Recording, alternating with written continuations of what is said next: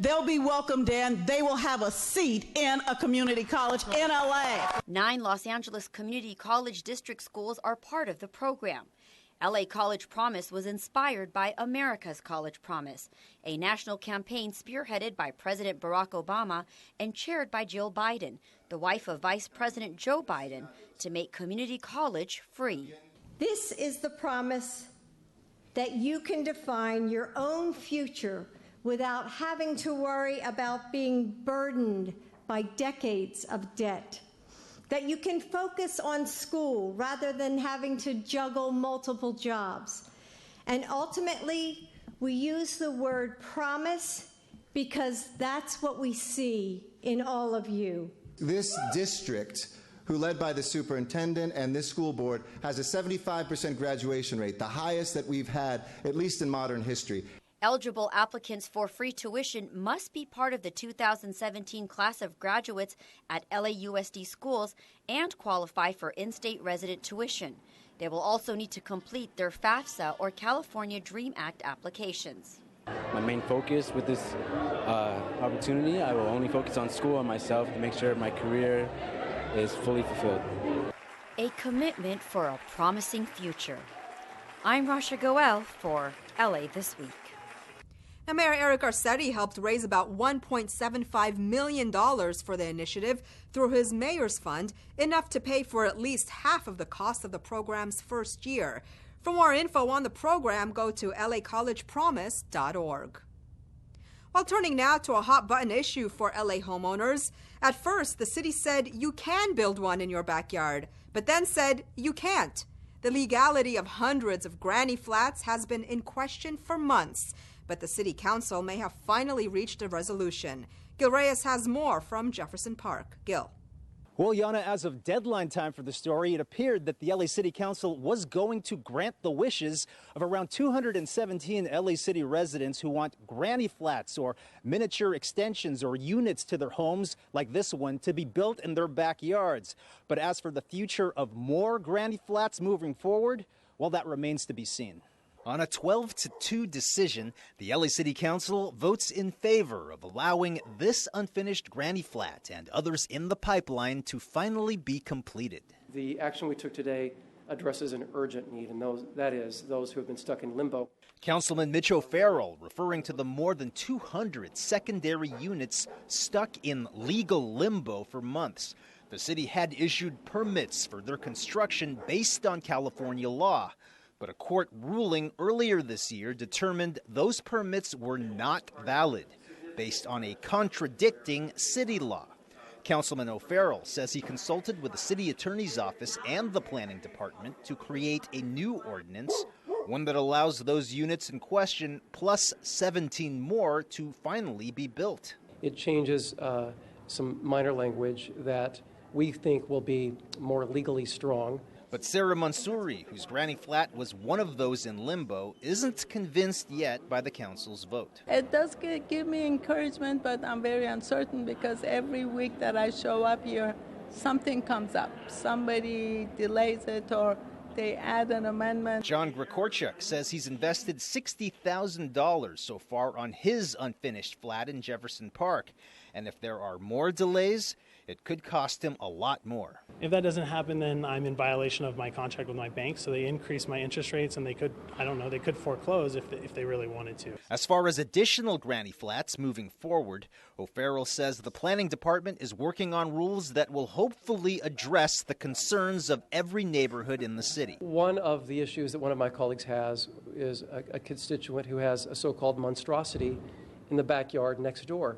So I think we should take a look at limiting height. We need to address the very real concern that some of my colleagues have in their districts so that you don't end up with 2 mansions on a lot. In Jefferson Park, I'm Gil Reyes for LA This Week. The City Lab think tank at UCLA says more granny flats could help Mayor Garcetti achieve his goal of 100,000 new housing units by 2021. Well, imagine for a second not having access to the internet at home. It's hard to imagine not having internet even for a few minutes. But many low-income families in East LA live without internet connection every day. but not anymore. Anna Marcos has more on a pilot project that's helping families get connected. Lisette Morris is trying out her brand new access from AT&T Internet service as one phone company bigwig looks on. But wait a minute, why are there so many VIPs, including Mayor Eric Garcetti, at Lisette's house, helping her celebrate her new Internet service? Well, for one, it's a huge leap over the digital divide for low-income residents at the Estrada Courts housing development.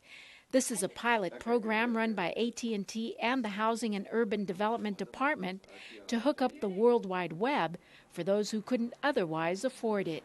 It relieves me, to not have to always be at school, not always have to be at a coffee shop, being able to stay home and just work from home. In this 21st century, that having internet access at home really, as many people have said, is no longer a luxury, it's a necessity. For Lisette, it beats doing homework on your phone as she used to do. I can do my homework on my computer now. Like, I don't have to be on my phone using all my data. I can have a lot of apps. You just can't be successful in a school environment today without readily made available access to the internet. And the price is right, too. Low-income residents who qualify pay only $10 a month for the access from AT&T Internet service. Apparently, even Lisette's Spanish-speaking mom is now getting cyber-savvy. She searches up for her novelas. She searches up, new recipes to cook for us. The program is part of an even larger campaign by HUD called the Connect Home Initiative, to get low-income communities connected to the information superhighway. And along with AT&T, HUD will host 30 of these events in pilot communities over the next year. Thank you so much for sharing your stories with us. We at AT&T appreciate being part of the family. And Lisette's family is already feeling the rewards of being more electronically interconnected. I'm Anna Marcos for LA This Week. To find out if you qualify for the Access from AT&T Internet program, visit att.com/access or call 855-220-5211. Well, cleaner water, greener streets, and some extra science experiments for the kids. The LA Department of Water and Power's new 99th Street water treatment plant in Watts promises all of that and a jump to a more modern water system. Anna Marcos takes us to the groundbreaking. This is groundbreaking indeed. Soon, all the hustle and bustle at this construction site will create the new 99th Street water treatment plant in South LA. LA DWP crews are working to convert the city's drinking water disinfection system from chlorine to something called chloramine, which just means better drinking water for Watts. The Watts area has one of the last chlorine water systems left in LA. Chloramines are really the disinfectant going into the future, and for us, they're longer lasting. Our mission at LADWP is to provide safe, reliable, cost-effective water and power. Residents won't actually be able to taste the difference in the water, but it will improve water quality standards and create fewer byproducts, which means healthier drinking. It'll help us ensure that we have clean, high-quality water. And students at the nearby 99th Street School will also see benefits from the project.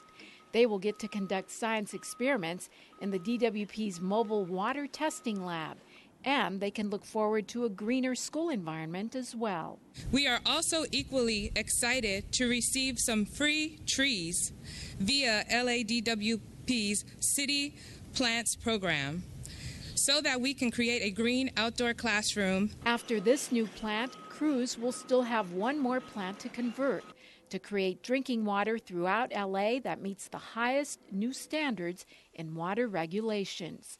I'm Anna Marcos for LA This Week. Chloramine, by the way, is a combination of chlorine and ammonia and is a lot more stable than chlorine. While the City Council throws its support behind a Metro ballot measure, connecting seniors to each other and city services, and a new service center in downtown LA is helping homeless pet owners take care of their pets. All this in City Beat. The Los Angeles City Council threw its support behind Metro's November 8th ballot measure asking voters to hike the sales tax a half cent in order to pay for public transit projects. Measure M needs the support of 2/3 of voters to win approval.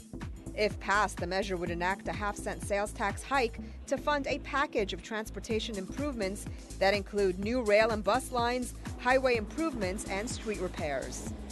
More than 100 seniors from the 13th District joined Councilmember Mitch O'Farrell in Elysian Park for a resource fair that aimed to provide seniors with greater access and information to city and other supportive social services. The second annual fair included a performance by Senior Star Power, a troupe of professional actors and performers who entertained the crowd. A group of consumer advocates also acted out a public service announcement about senior scams. Access to information is vital for us to learn about not just the services, but also grow with our age. A downtown resource center for low-income and homeless pet owners is now open once a week at the Inner City Law Center offices, offering help with veterinary care, animal registration, pet supplies, and other needs. The Pet Resource Center is staffed by trained volunteer counselors from the group Downtown Dog Rescue, which works with low-income individuals who own pets. The center, located at 1309 East 7th Street, is open Wednesdays from 9 a.m. to 3 p.m. Visitors to the center will get free spay and neuter vouchers provided by the Los Angeles Animal Services Center, help with first-time animal registration, and more. And then any other type of housing-related legal assistance that Inner City Law Center can provide to those people that they may be facing homelessness due to any type of pet issues that they may be having. While it's not enough to beautify great streets, you also have to consider the needs of shops that do business along those corridors. That's why the city is stepping in to help these local businesses with loans of up to $250,000. Gil Reyes explains the Great Streets, Great Business program. This new loan program made a believer out of Highland Park business owner Ruben Herrera. I apply, I just get all my paperwork, and it's true. Herrera, the owner of Devon Glass and Mirror on North Figueroa, applied for a loan and actually got it. He can thank the city's Great Streets program, a plan to spruce up 15 of the city's busiest streets with new planters, outdoor seating, artwork, and street improvements to entice more people to walk, bike, and shop in these neighborhoods. Now add another perk, loans. Between $1,000 and $250,000 loans for businesses located along these corridors. Mayor Eric Garcetti originated the Great Streets idea as a councilman, beautifying and providing financial help to the then struggling community of Atwater Village. The area has thrived ever since. We saw that steady work, working with the businesses that were already there, or improving the pedestrian experience, or making things safer, or celebrating the art, could bring investment back. The Great Streets, Great Business program also offers lease negotiation for companies. Putting together a business plan, putting together a real financial plan, understanding what the market opportunities are. And there's some resources available to help small businesses do that. They don't have to do it by themselves. Ruben Herrera says his loan will allow him to hire more than 12 new workers, something he never thought would be possible. Honestly, I don't believe much, but when they told me about all these things and it's come through, like, wow, we need to tell everybody, come and apply. On North Figueroa, one of the city's 15 great streets, I'm Gil Reyes for LA This Week. And the city is collaborating with the Valley Economic Development Center to offer loans, about $4 million worth. To see if your business qualifies, log on to vedc.org/greatstreets. Well, what do the LA Dodgers and the LA City Library have in common? Well, motivating kids to read, of course, and so far the Dodgers have hit a home run. It was a blue day at the Arroyo Seco Branch Library, Dodger blue that is, as Dodgers manager Dave Roberts and his family read to local kids as part of the LA Public Library's Summer Reading Club. This book is a little bit of American baseball and a little bit of Japanese baseball. In America, we drive to the game in our long blue station wagon. In Japan, we ride to the game in a short red bus. Literacy and reading, and it's very familiar and personal. And so I think that for us to have the opportunity to kind of be more familiar with the kids, it's just a great experience for everyone. In America, we cheer, get a hit, win, win, win, go for it. In Japan, we cheer, do your best. This is part of an initiative that the Los Angeles Dodgers Foundation has with the Library Foundation of Los Angeles. Literacy is a really big part of the foundation's focus in our work. The Dodgers' special contribution to the library's summer reading program is called Read for the Win, and includes not only members of the Dodger family reading to kids across the entire library system, but game tickets, hats, and stickers for the young readers as well. I think having the importance of reading and why books are important and why it's so important for young people to read is a message that everyone is responsible for, and we want everyone to carry that message. Certainly our mayor carries that message when he speaks to audiences, and it's great to hear the Dodgers communicate that message too. And when the reading was all done, it was time for a Dodger tradition. Forwards 1, 2, 3 strikes, you're out at the old ball game. The library's summer reading program ran through August 6th. Well, from reading to dancing, as folks boogied on down to Northeast LA for a free weekend of outdoor performances. Gil Reyes has more from the Latin Jazz and Music Festival.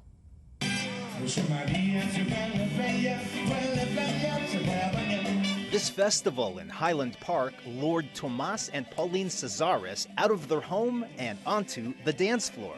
Tomas loves music, and he said there's going to be a festival at Sycamore Park. I said, where is that? He said, up a Figueroa. We said, vámonos. We got in our car, got our stuff together, aquí estamos. We love the city of Los Angeles.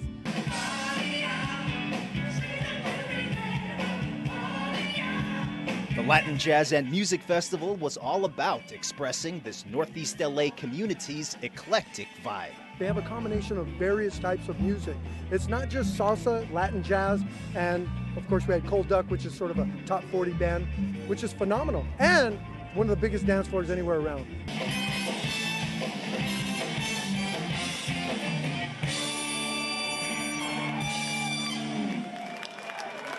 Funding is not city funding. We've got sponsors, plenty of generous sponsors, community partners that see our vision of bringing culture and art to our district. They have generously donated and made this possible. The Office of Councilmember Gilbert Cedillo organized the event on this, its third year.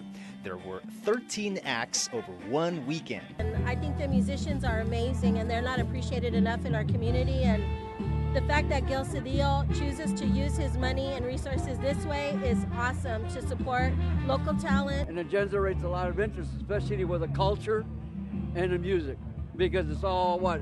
It's all one thing, universal, right? Dance is universal, music's universal. In Highland Park, I'm Gil Reyes for LA This Week.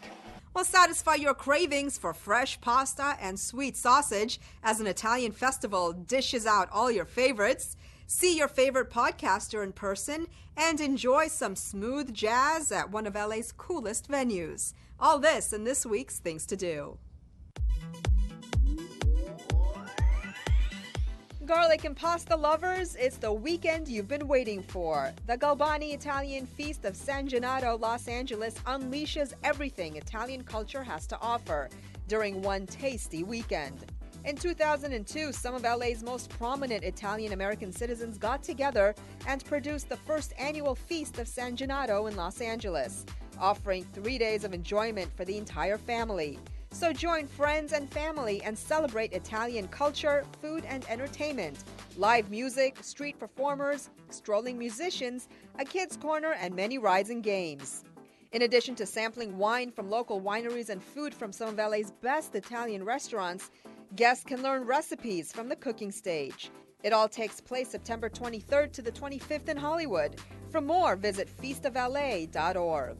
Los Angeles Podcast Festival, the premier live podcasting event, brings together the biggest names in podcasting for a week-long blowout in LA, ground zero for Medium, where many of the top shows are based.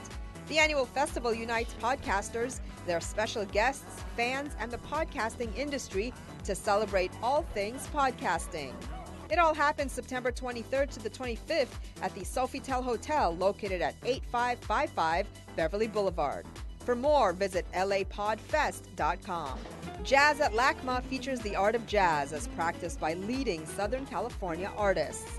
Celebrating over 20 years at LACMA, the program continues to be one of the museum's most recognizable offerings.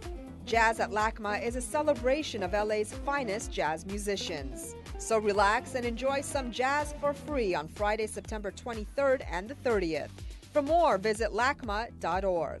And that's a look at some things to do. Well, that's going to do it for this edition. I'm Yana Kay, and from all of us here at LA This Week, thanks for joining us. A reminder that you can catch us online at lacityview.org. You can also follow and like us on Facebook. We'll see you back here next week for more of LA This Week.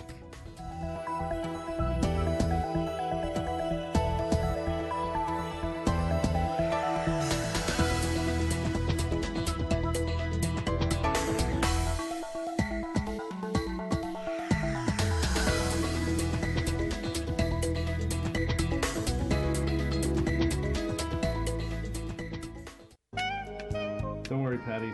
This isn't going to hurt me one bit. Hi, I'm Dr. Eric Shapiro in beautiful Encino, and you're watching LA City View, Channel 35. Our city, our channel.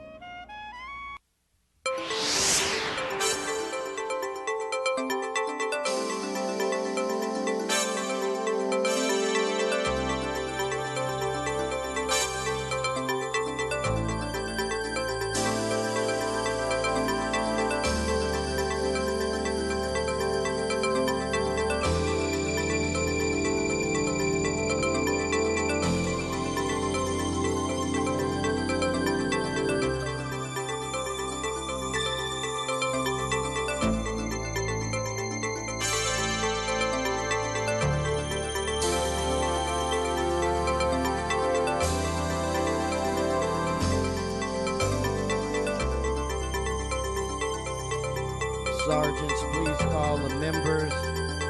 Have the members report to me.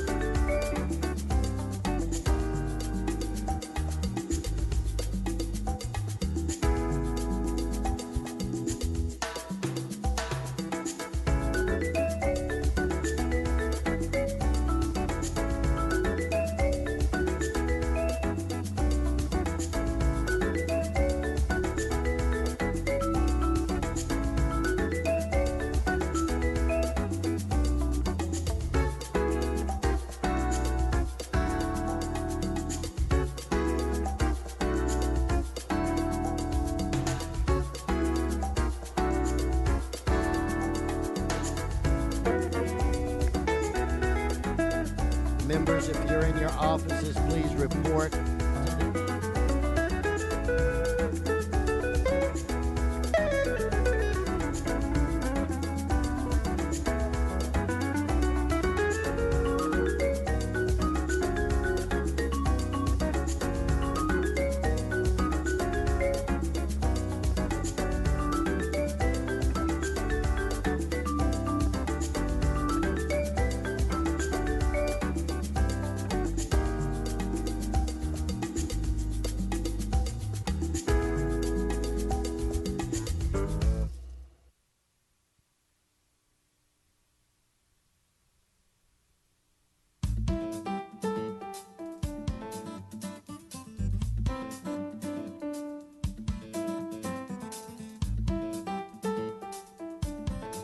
Mr. Price has arrived.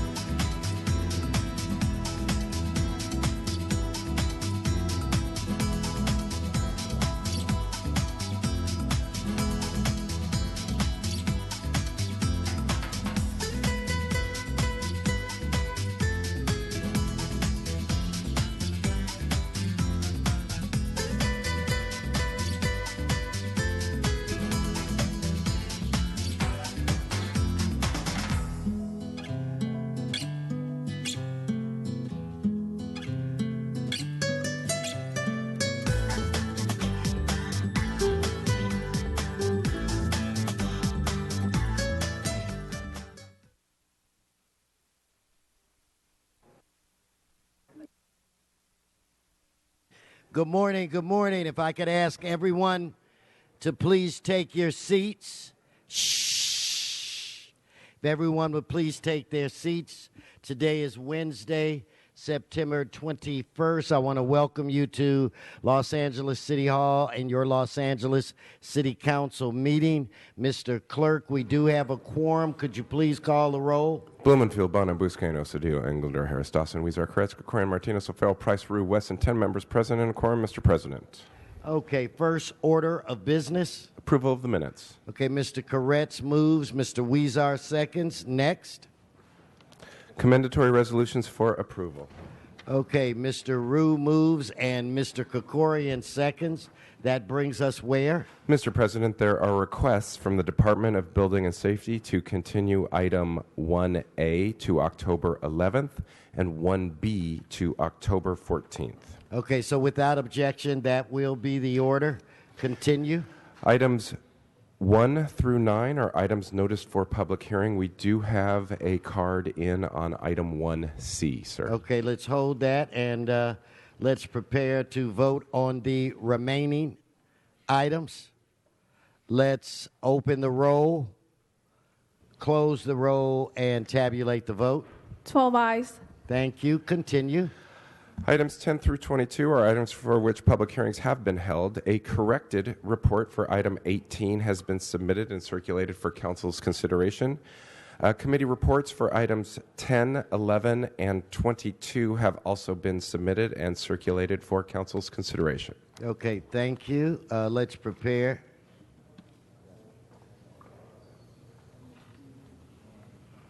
Okay, it's suggested we hold items 17 and 22. Let's prepare to vote on the remaining items. Let's open the roll, close the roll, tabulate the vote. 12 ayes. Thank you. I'm sorry. Mr. Weezer. Item 21, forthwith, please. Forthwith, item 21, per Mr. Weezer. Continue.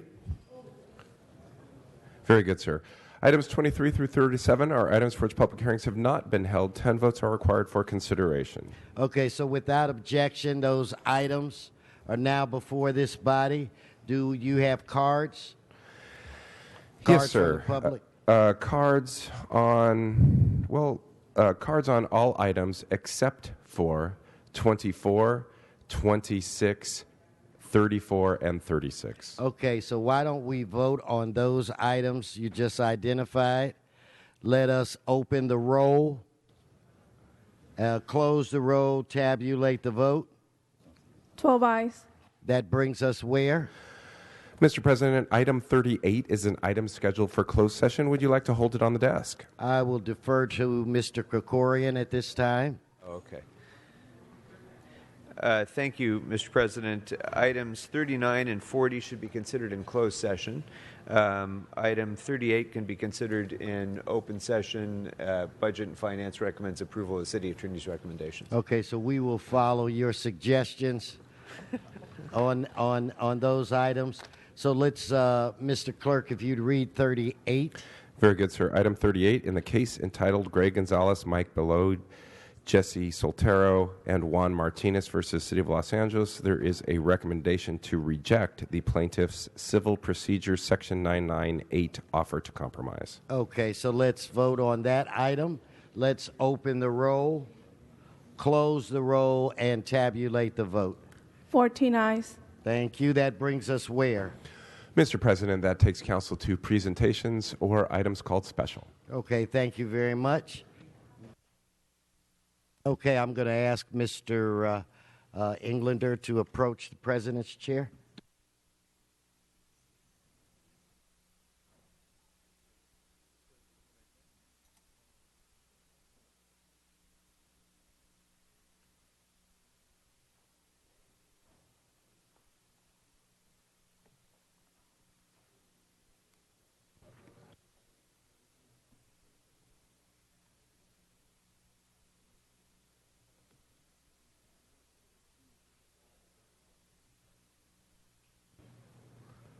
All righty, we have a very special presentation. Mr. President, the floor is yours.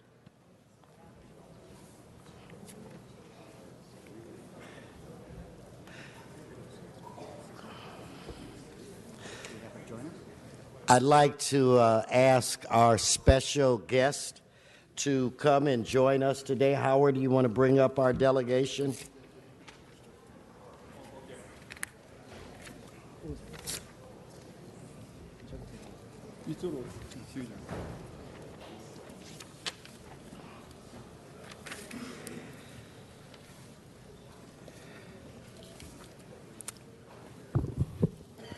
Mr. President and members, everybody who sits around this horseshoe at one time or another has stood up and talked about one of the things that makes this city so great and so special is our diversity.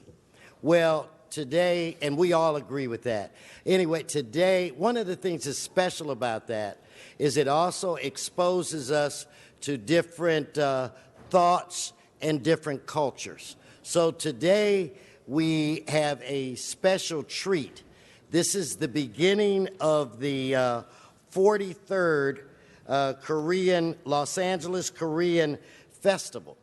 The 43rd, which this festival, if I remember, Mr. Rue, started back in 1996. It was a small group of folk who had just come from Korea, and they wanted to do something special, something to celebrate their heritage and celebrate their roots, and that was 43 years ago. So this small festival has grown to be one of the largest and most successful festivals in the city of Los Angeles.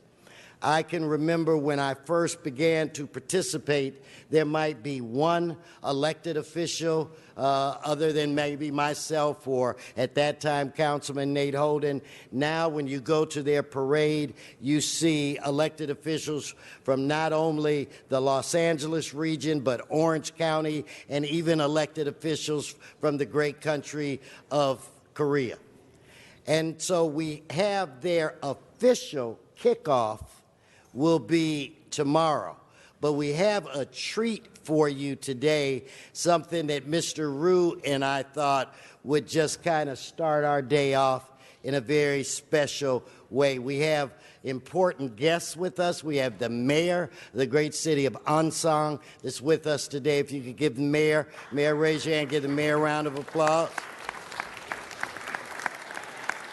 We have one of our colleagues and the equivalent to the president of the city council with us today. If you can give, I think he's referred to as the speaker, a round of applause. Please give him a round of applause. Speaker Lee. And you see we have some instruments before us. For this festival, the Ansang Korean Music Orchestra was invited to Los Angeles. When Mr. Rue and I found out that they were coming here to participate in the festival, we invited them to come here today and spend a few moments with us, giving us some entertainment. One of the things that makes this group unique is that they use authentic Korean instruments. This orchestra has been in existence since 1996. They are famous. They have performed before, I think it was the 17th presidential inauguration. They have produced over 80 albums. They're on television and they're on radio all the time, and they're here with us today. So we are just so excited to have you with us here today. We have, again, the mayor of the city of Ansang, who is not only a phenomenal public servant, but he's also a scholar and an author of several books. And I'm going to let Mr. Rue talk to you more about him as he introduces him. But we felt that this would be a great way to kick off the annual Koreatown Festival. We also have, but I don't know if he's here today, we have Jamie, what is he referred to as the rope walker? Okay, the rope walker is a young 15-year-old who is a tightrope walker, and he's going to be performing. The orchestra is going to do a special performance at noon today in Grand Park for free. So please, when you're at your lunch or on a break, go out and listen to some of this phenomenal music. With that said, I'd like to present the man that's responsible in helping me bring this fine group of folk with us today, and that's our own dear colleague, Mr. David Ryu.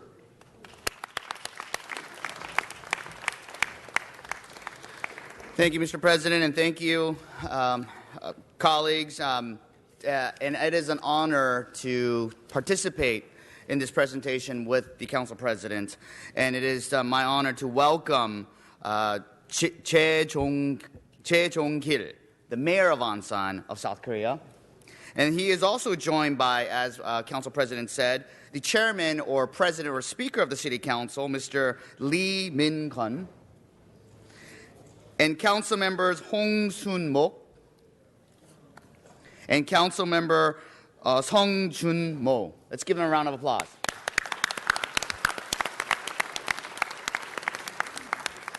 Now to properly introduce the mayor, Mayor Jae is joining us from the city of Ansan, a beautiful and eco-friendly suburb located roughly 20 miles southwest of Seoul and next to the Yellow Sea.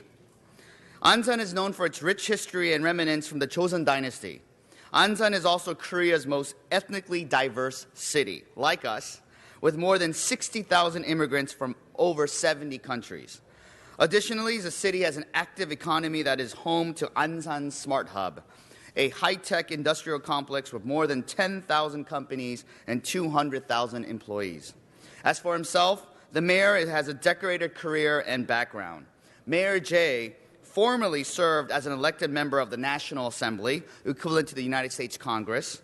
He also served as a researcher and chairman in various ecotourism, environmental science, and technological services. We're so proud that Mayor Jae could join us in the City Council today to celebrate this weekend's 43rd Los Angeles Korean Festival. On a personal note, I remember growing up in Los Angeles and attending the festival, as Council President mentioned. I think you were elected back then, but I think I was still in college. And I hope you could all join us this Thursday and this weekend to experience the parade, the traditional Korean street food, and the Korean activities this weekend. And at this point, I should introduce the mayor. Yes. I'd love to introduce the mayor of Ansan, Mayor Chae Jong-kil, to say a few words.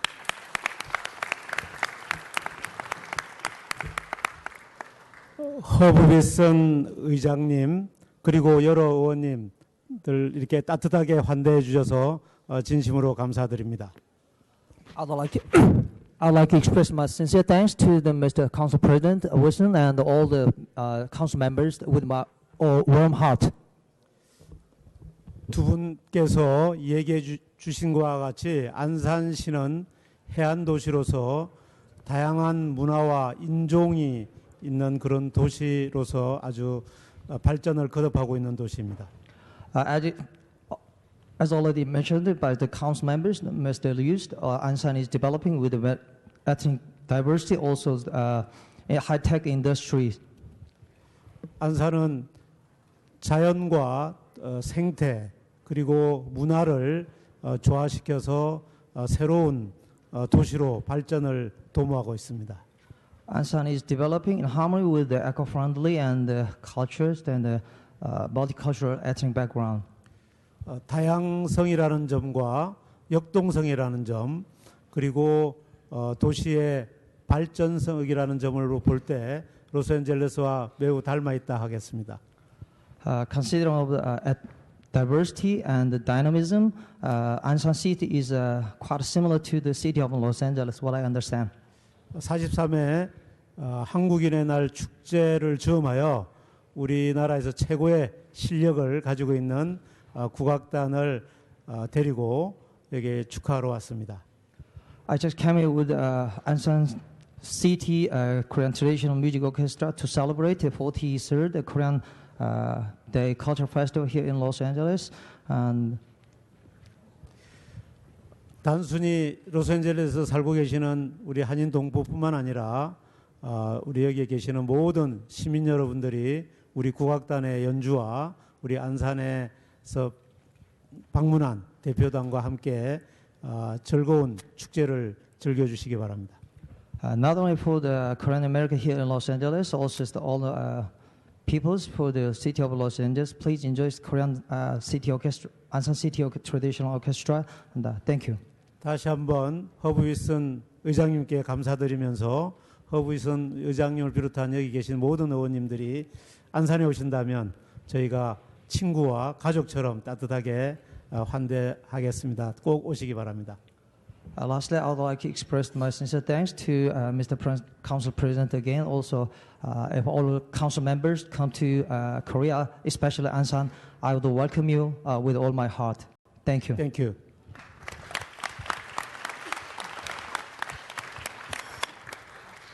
You know, I would now like, before I do that, I want to ask the president to come. And I have, just in case I go over there, I may want to. So let's ask President Lee to say a few words. 네, 반갑습니다. 저는 안산시의 의장 이민근입니다. Good morning, ladies and gentlemen. I'm a council president of the Ansan City, Lee Min-gun. 이 자리를 만들어주신 허브 윌슨 의장님과 13명의 의원님께 감사드립니다. I thank for the, especially for council president, also for all council members. 특히나 한국계 의원이신 다비드 류 의원님께 더욱 감사드립니다. Especially my sincere appreciation goes to the council member David Liu. 저와 함께 온 두 분을 소개할까 합니다. I'd like to just briefly introduce with my council member. 안산문화원 김봉식 원장님이십니다. He's the executive director for Ansan City Cultural Center, Mr. Kim Bong-sik. 안산 도시공사 정진택 사장님이십니다. Has a president of Ansan City Urban Corporations, President. 오늘을 계기로 LA 한인회가 LA시와 함께 더욱 성장 발전하기를 소원하겠습니다. Taking this opportunity for the Korean festival, also I'd like to ask. I hope to develop the city with the Korean festival. 다시 한번 감사드립니다. Once again, I thank you again. I want to thank you both. At this time, it's my pleasure to present to you a friend of mine, Howard Park. He's a dean at Stanton University. He is also the president of the Aroma Golf Academy, the president of the LA City Park and Rec Foundation, the president of the Asian American Golf Association. Howard, I'm going to have to come and get a lesson, maybe several lessons from you. But more importantly, he is the president of the Korean Festival, and it's Howard's determination to make this wide open to the city of Los Angeles, to make this very diverse, and to try to create an environment that is welcoming to everyone. And I just want to say, Howard, I appreciate your approach and look forward to seeing you tomorrow and in writing in the parade. Let's welcome the president of the Koreatown Festival, Howard Park.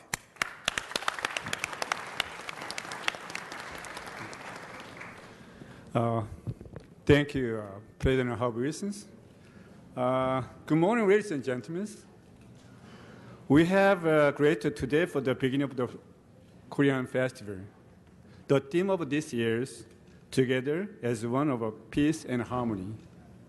I believe that we are here today, join hands with one another, unite further, shake, fostering peace and harmony. I would like to take this time to express my gratitude for those that have made festival possible. First, I'd like to thank you for the City of Los Angeles and Council President Howard Wilson and Mayor Eric Garcetti. Thank you for your contribution the city, its people, and this festival. Thank you, Council Member David Liu. As the first Korean American council members, we are so proud. I'd like to thank the Jae Jong-il, Mayor of the city, Ansan, bring over the all Ansan Music Orchestra. They come bring on the from the Korea. I'd like to thank the council member for all the city of service. Finally, I'd like to thank the beautiful neighborhood. Without you, this festival would not have been possible. Thank you so much again. Thank you. Okay, if we could just bring up a very small group from the orchestra to play. It's my understanding, Howard, I think it's 63 members totally, or 50, and we have 4 that are going to entertain us just for a few moments.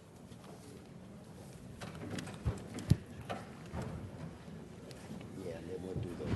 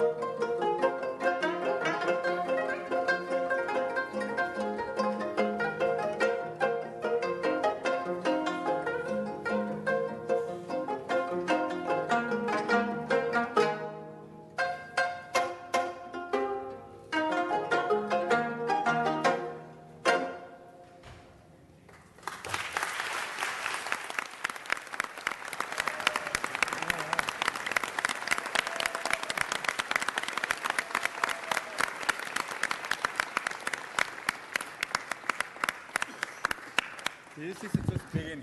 Let's give them another round of applause. Thank you so very much.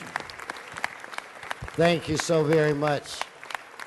And don't forget, folks, at noon at Grand Park, you'll be able to hear the entire orchestra. I believe there's a plaque to present. There it is. This is Jamie, who works with me. David recommended her. So I'd like to present this to the president, the mayor, and the president of the council on behalf of the Los Angeles City Council, Mr. David Ryu, and myself.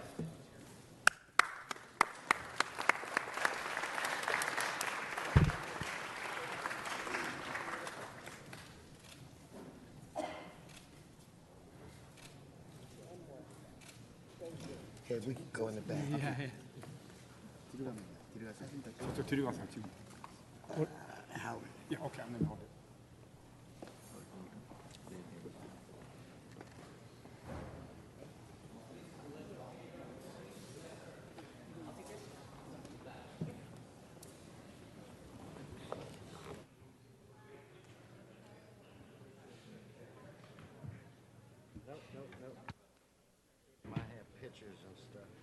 Thank you, Mr. Ryu and Mr. Weston, for a lovely presentation. Mr. Buscaino, are you ready?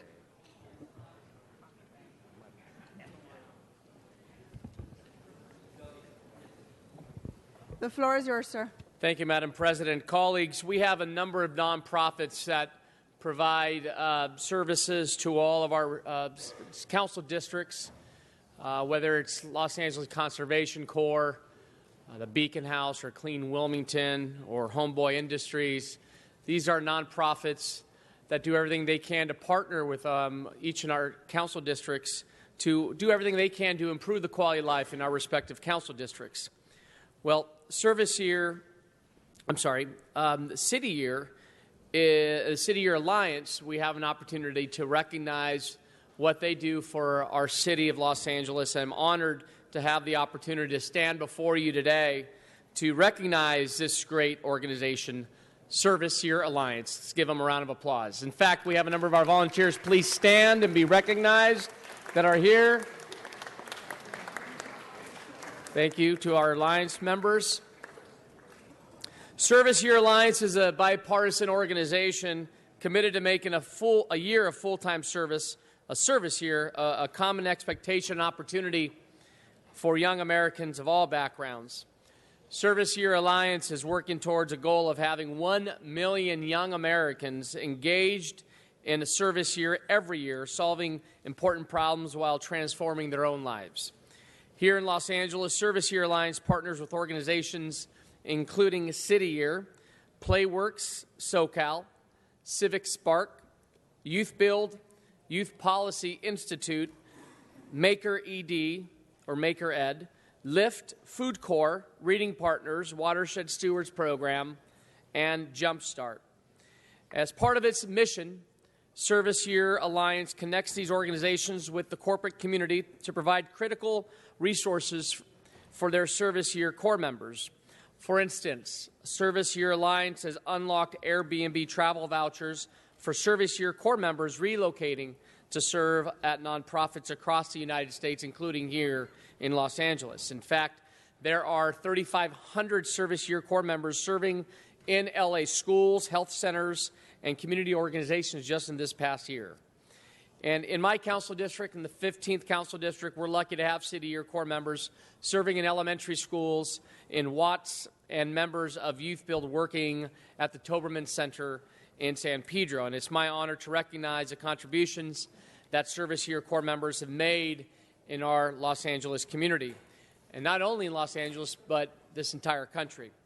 And on behalf of the City of Los Angeles and the City Council, I commend City Year Alliance and the thousands of City Year Corps members in Los Angeles for their help to revitalize this great city, uplift and educate children at risk, empower communities that are struggling with poverty, and making our community stronger. Help me welcome colleagues Amy Baker to say a few words, Managing Director of External Affairs for City Year Alliance, who will accept the resolution on behalf of the entire group. and she will be followed by Brian Campaign, Managing Director of Recruitment at City Year. Let's start off with Amy to say a few words. Thank you. Good morning. Thank you, Council President, Councilmember Buscaino, and the City of Los Angeles for having us here today. On behalf of the Service Year Alliance and all the host organizations we work with in LA, specifically City Year, Jumpstart, and Playworks who are here with us today, and most importantly, on behalf of the 3,500 young people who are right now in classrooms and health centers and building homes across LA in every neighborhood, thank you for having us. It's great to be recognized. Council Member Buscaino did a great overview of Service Year Alliance. To give you a little bit more detail, our whole goal is to make a service year, a paid year of service in a community service organization, part of growing up in America. We think about it day in and day out. We like to imagine a day where you're asked, where did you do your service year, is as common as where did you grow up or what high school did you go to. Today, there are 65,000 young people across our country doing a service year. 3,500 of them are in the city of Los Angeles. We're working on a day where we can grow that to 100,000 in 4 years, ultimately on the way to 1 million young people a year doing a service year every year. And we feel the urgency of this work more than ever. I was sharing earlier, I was watching the news this morning, and the headlines and the stories alone made me stop, take a moment, and wonder, how would this world look different if 1 million young people every year were doing a service year? Given the significant challenges in our communities and the incredible appetite young people today have to engage, help, and serve, we know that this is an important moment to expand service in the United States. We also know we can't do it alone. It takes communities and leaders stepping up and saying they too will expand opportunities for young people to serve. It takes partners who can support young people when they answer that call. And one of these incredible partners is Airbnb. For the second year in a row, they have donated travel assistance to young people relocating to start their service years. In LA alone this year so far, they have donated $30,000 to Service Year Corps members in need of short-term housing as they start their service years. A round of applause for that. It's amazing. And since Service Year Corps members make between $12,000 and $20,000 for the entire year living in Los Angeles, you can imagine what that has meant for young people beginning their service years. It has definitely meant that people were able to say yes to a service year. There are people in classrooms serving right now who likely would not have been able to without that support from Airbnb. So I turn to the group right here from Airbnb, all the hosts who are here today, and thank you for your support. You guys have been amazing. So thank you today and again for the recognition and honor. I myself did a service year about 10 years ago. My lived experience and the work in the community has made me a lifelong advocate of service, so thank you for being with us. I will now turn it over to my friend Brian Campaign from City Year. Thanks, Amy. Good morning. My name is Brian Campaign, and I proudly serve as the Managing Director of Recruitment and Admissions for City Year here in the West. City Year is an education-based nonprofit organization founded in 1988 with a mission to reduce the high school dropout rate here in the United States. We do this by utilizing 17 to 25-year-old youths here in this country to serve 11 months of service in a high school that we deem as a high probability for dropout here in the United States. Today, City Year is in 27 cities throughout the country and serving in elementary, middle, and high schools. At City Year, we believe education is the power to help every child reach their potential. But here lies the problem. Every year, 1 million students drop out of high school. 50% of them are coming from 12% of the schools here in this country. So we know where the issues are, and this is where City Year takes action. Studies show students are at risk of dropping out can be identified as early as the 3rd grade. City Year's approach to this crisis is through our ABC plan. Our plan is through attendance, behavior, and curriculum in both math and English. According to research by Policy Studies Associates, the 22 districts that City Year is currently servicing, we are seeing that students are 2 times more likely to improve in their English state assessment skills and 3 times more in math. The schools and students gained that we serve on are getting an equivalent to basically 1 month of extra service in both math and English. I'm proud to stand here today and tell you that we are celebrating our 10th year here in Los Angeles as we're about to embark on our opening day next week of 10 years of service here in City Year Los Angeles.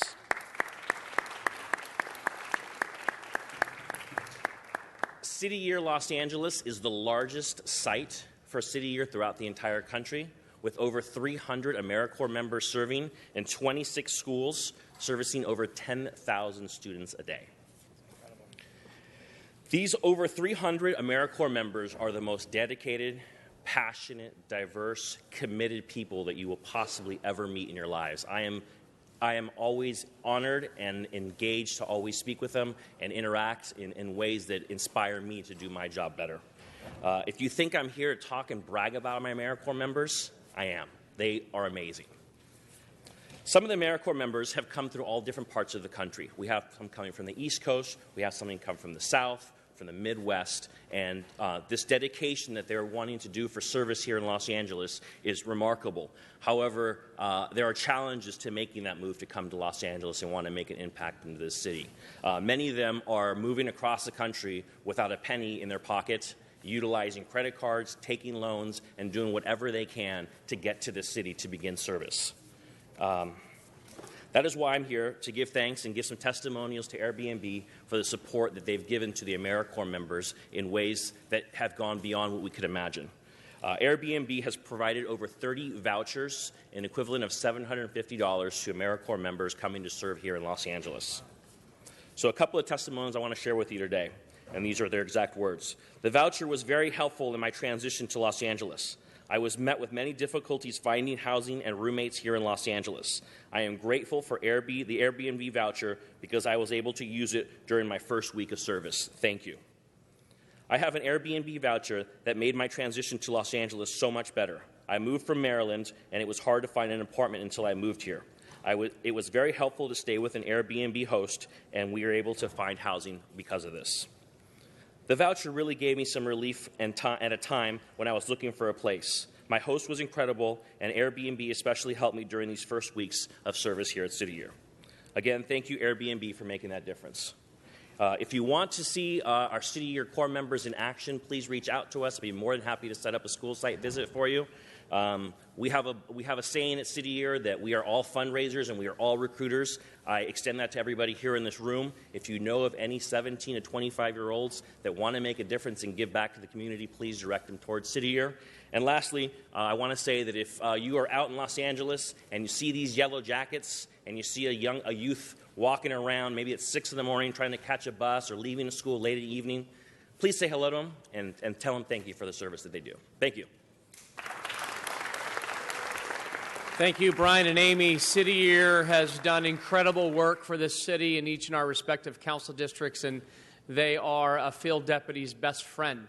And if you can talk to Gabby Medina, who's my representative, my deputy in Wilmington and Harbor City, or Ryan Ferguson in San Pedro, or John Jones in Watts, they turn to City Year as a resource, an incredible resource to do everything they can to be responsive to the community, and most importantly, do everything our field deputies can to improve our quality of life. And I know our field deputies in each of your districts have used City Year in the past.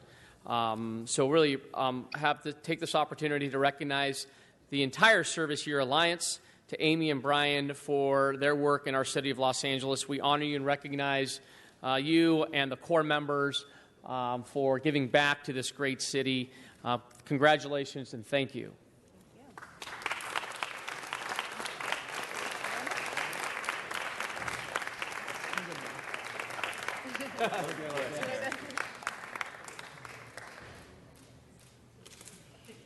Betsy.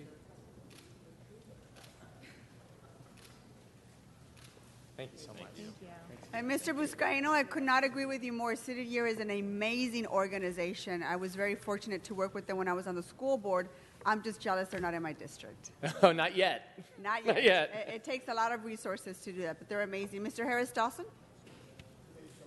Sharon, thank you so much, Councilmember Buscaino, for bringing this very, very important and meaningful presentation to us on 3 counts. For me personally, I just want to thank City Year and the hundreds of young men and women that have come to Los Angeles. I remember 10 years ago when you all started, Fremont High School was one of the schools that we started out. They had a really bad dropout problem, a really low graduation rate. I don't know if you know, but because of Councilmember Huizar and Councilmember Nuri Martinez and the school board, lots of volunteers, our teachers, Fremont High School now has the highest graduation rate it's had in its history. It's sending more kids to college than it's ever since they've been keeping track of it. And it's because folks like City Year and other volunteers got involved, made a commitment to the school, and decided that we're going to make it better. And so thank you for that. I also want to thank Airbnb, because I remember when we were trying to put together the volunteers, the big issue was where are people going to stay? Because Los Angeles is so expensive. There are not a lot of hotels in South LA anyway, but the ones that are there are very, very expensive, and people needed a place that was affordable and safe. And in that time, Airbnb has stepped up to make it possible to close that gap. And so thank you to Airbnb. And lastly, the issue of service. I want to express our full support for this idea of a year of service. Other countries around the world have this as a matter of practice. I think we need to do it here in the U.S. We're all better off when we serve each other. There's nothing really better we can do with some of the best years of our lives than invest it in each other and invest it in our society. So I give it our full and complete endorsement, and anything that we can do to help forward that cause, please don't hesitate to call. Thank you.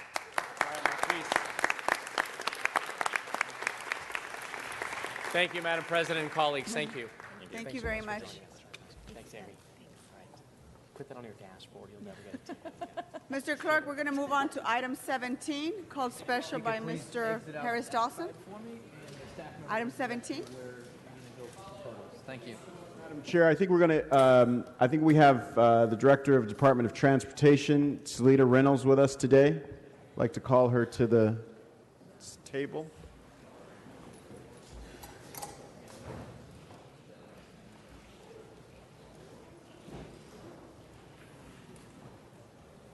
I want to thank you, Director Reynolds, for coming today and joining us for a discussion on an issue that I didn't call special because it's controversial.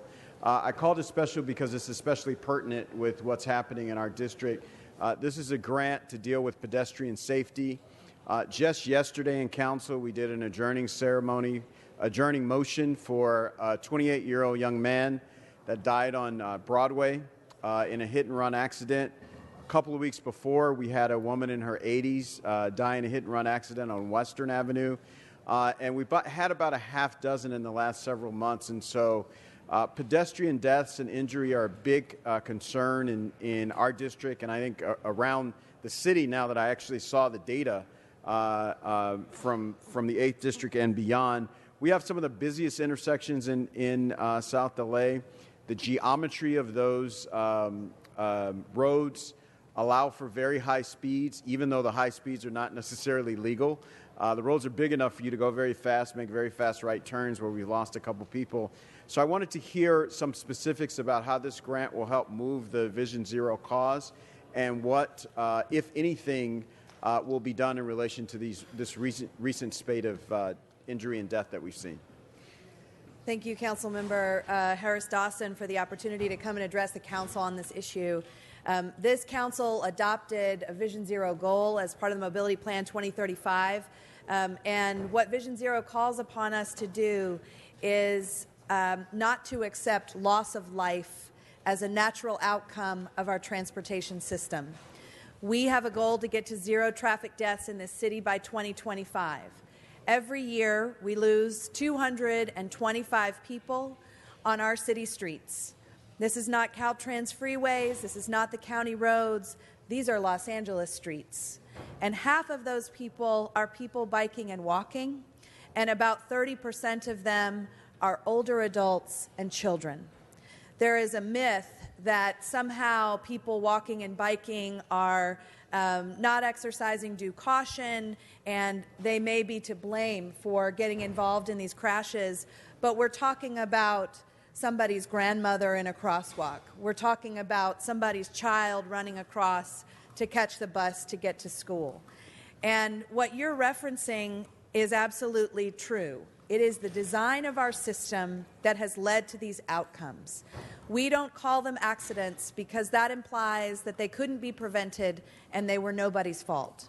We know they can be prevented. We know the design tools, the education enforcement tools that we need to use in order to take swift action and stop these deaths in our city.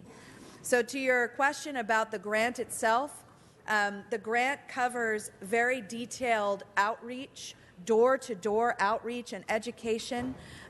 We've partnered with our Vision Zero Alliance, which is comprised of lots of nonprofit groups that cover the entire city, that care deeply about this issue, and that we rely upon to make sure that the message we've tailored is meaningful, that it breaks through the noise, that it's respectful, and that we do it in the smartest, swiftest way possible. The streets that you're referencing, and I know them because I personally receive every single fatality that happens in this city, and every single one is precious to me, and I stop on every single one and think to myself, what can I do differently?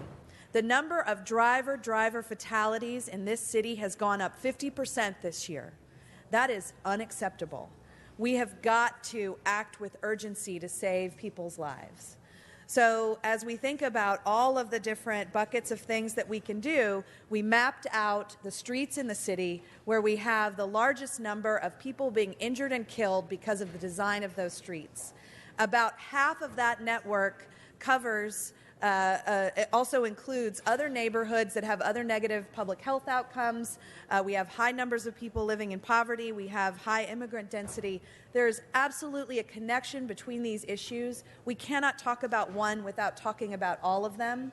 So coordination becomes important, council support becomes important, political leadership becomes important, and local champions become critical to reach our goals. Thank you. And my last question on this. In the pedestrian deaths, so you talked about road design. Do we know what it is about the road design in particular? Are people speeding? Are they just not looking? Like, what exactly is happening in these particular things? Because oftentimes you'll hear people complain about blind spots or poorly placed stop signs and so on and so forth. So what is the sort of the main culprit for these as far as you can see? If someone dies, it's because someone was speeding. Crashes happen because of human mistakes, because of blind spots, because of sun blindness, or because a tree was blocking a sign. Deaths happen because someone was speeding. If you are involved in a crash with somebody driving 20 miles an hour, 90% of people will walk away from that crash unscathed. If that driver is going over 40 miles an hour, 80% of people will die in that crash.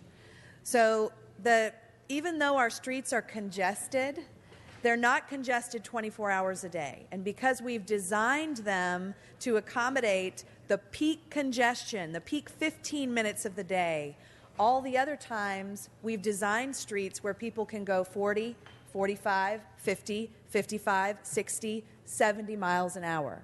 And our neighborhoods and our streets are changing. These are now communities there as our city grows.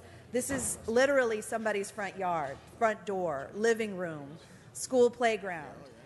So it's absolutely those tough trade-offs that eventually we're going to have a conversation about if we're serious. Thank you.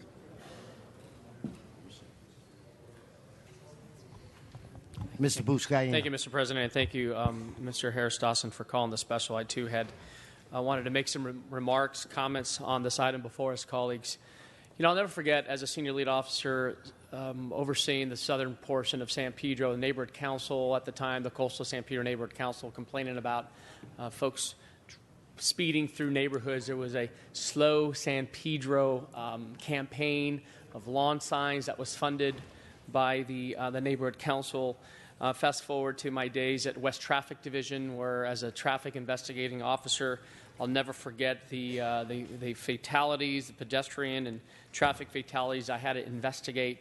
And even more so today, where we're seeing a number of lanes, specifically in my district, major corridors, removing a lane. I know it's a hotbed issue. It's a contested issue.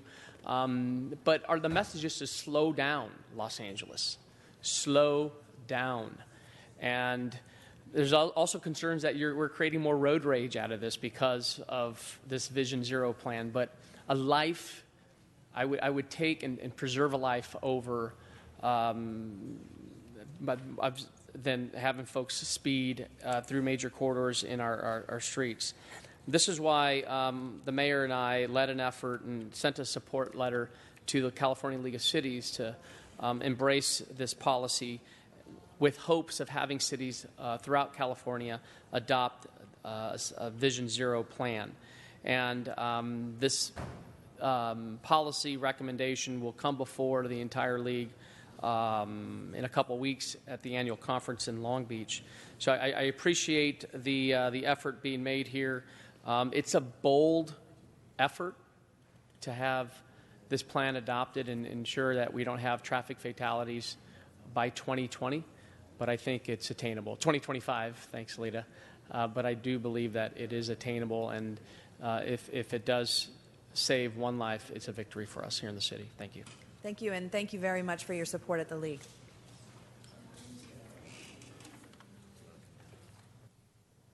Mr. Krikorian.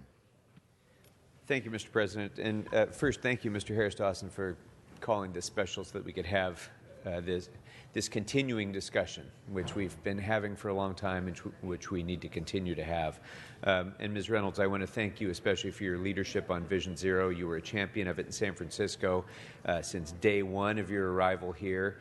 You have helped to shape the way Los Angeles thinks about mobility and shaped the way we think about the use of space by the various modes of transportation, how we do that in a way that still moves people from place to place, but does it in a way that doesn't kill people in the process. And we couldn't, there are very few discussions that we could have that would be more important than that one. Since this is a grant issue, I do want to talk about one other part of that formula, though, because you're certainly right that we have to rethink design. We have to add more elements to reduce speeds from a design perspective. But you can only design around so much stupidity. And I'm sorry, but our drivers and our pedestrians and our bicyclists need to stop what they're doing and pay attention. And every single day, I drop off my kids at school, and I am astounded anew at what these drivers do as their kids exit the car. Every single day when I drive to work, I am astounded anew to see people texting in their car, one right after the other, and you can tell with the space, one right after the other with continuous texting. I am astounded anew to see another 14-year-old walking across the street in a crosswalk without any awareness at all of where they are because they're busy texting with buds in their ears. Yes, we have to continue to do this design stuff, but what you said a moment ago, I have a ton of streets in my district where the posted speed limit is 45. And I know for a fact that the 85th percentile is probably more around 55. And the truth is, even if they're driving at 45, even if they are driving the speed limit, someone is going to die if they're not paying attention to who's in front of them or if that pedestrian is not paying attention when they step off the curb. So this grant is about education. What can we do that we aren't, because we are failing in this effort to try to attack distracted driving. And as long as I'm on my soapbox, this is another attribute of disruptive technologies. So when you see neighborhood after neighborhood after neighborhood in our city with people using Waze, cutting through, not paying attention to stop signs because they don't know the neighborhood, they're late, they're speeding through neighborhoods that have no sidewalks, blind curves, it's outrageous. It's outrageous that people, to save 45 seconds of commute time, are putting our children's lives at risk. It is outrageous. And, we can only do so much. At some point, our society needs to step up. And as Mr. Harris-Dawson said earlier with regard to volunteerism and to service, we have to start looking out for each other and ourselves, too. It's not just government's problem. It's people's problem. So what are we doing to help send that message a little bit? Get off your damn phone and start paying attention to where you are. Where are we on that? So I appreciate the question and couldn't have said it better myself. I will say that 50% increase in driver-driver fatalities, this is, people driving, not people walking or biking, but two drivers in a crash and people die. That 50% increase is unprecedented. And we always see a rise when the price of fuel comes down because people drive more, and when people drive more, there are more crashes and more deaths. So those of us in the safety community are really pulling our hair out trying to understand why, because it's not just Los Angeles that's seeing this huge spike. And distracted driving is absolutely one of the theories that's out there about why we're seeing such a huge order of magnitude increase in this moment in time that we're in. So I'll say two things. The first one is around the education and the messaging. I have Nat Gale here, who leads Vision Zero for LADOT. He's currently working with a firm to develop that messaging. So we're trying to really take our time and make sure that we can get through to people. How are we going to do that? Are we going to shock them? Is it going to be with humor? Are we going to try and do something viral? I'm not sure yet. But we're trying to hone down through focus group work and through brilliantly creative people who specialize in this. What can we do to cut through the noise? The second thing I'll say is that a couple of weeks ago, LADOT released our transportation technology strategy. And I think that what you're discussing as the world is in the palm of our hands and our home entertainment studio is now on the dashboard of our car, we are in a moment where technology, specifically autonomous vehicles, are right on the cusp of coming into our city in a major way. Driverless cars are on the street right now. We have a choice as a city. What do we want that to look like in Los Angeles? Do we want it to be Teslas and Audis and Volvos with single drivers that go from 0 to 70 in 30 seconds? Or do we want it to look more like a sort of slow and steady shared mobility future? That's a public policy choice that we have, that I hope that we can have that conversation here at this council because that could get us to Vision Zero tomorrow. If we were in a place where we make smart decisions and can literally take human error out of driving, because it's going to be hard to turn back the tide of distracted driving, distracted walking, distracted biking, distracted transiting. And so how can we make decisions as a city to get to those outcomes that we want and not the outcomes that we don't? Mr. Englander. I just wanted to add a couple thoughts to this conversation as well, and I appreciate the dialogue. And this is by far one of the fastest growing, I want to call it crimes happening in our streets, because most often, and more often than ever, we have this cowardly crime of hit and runs as well. People are actually hitting individuals and leaving them on the side of the road to die like a wounded animal.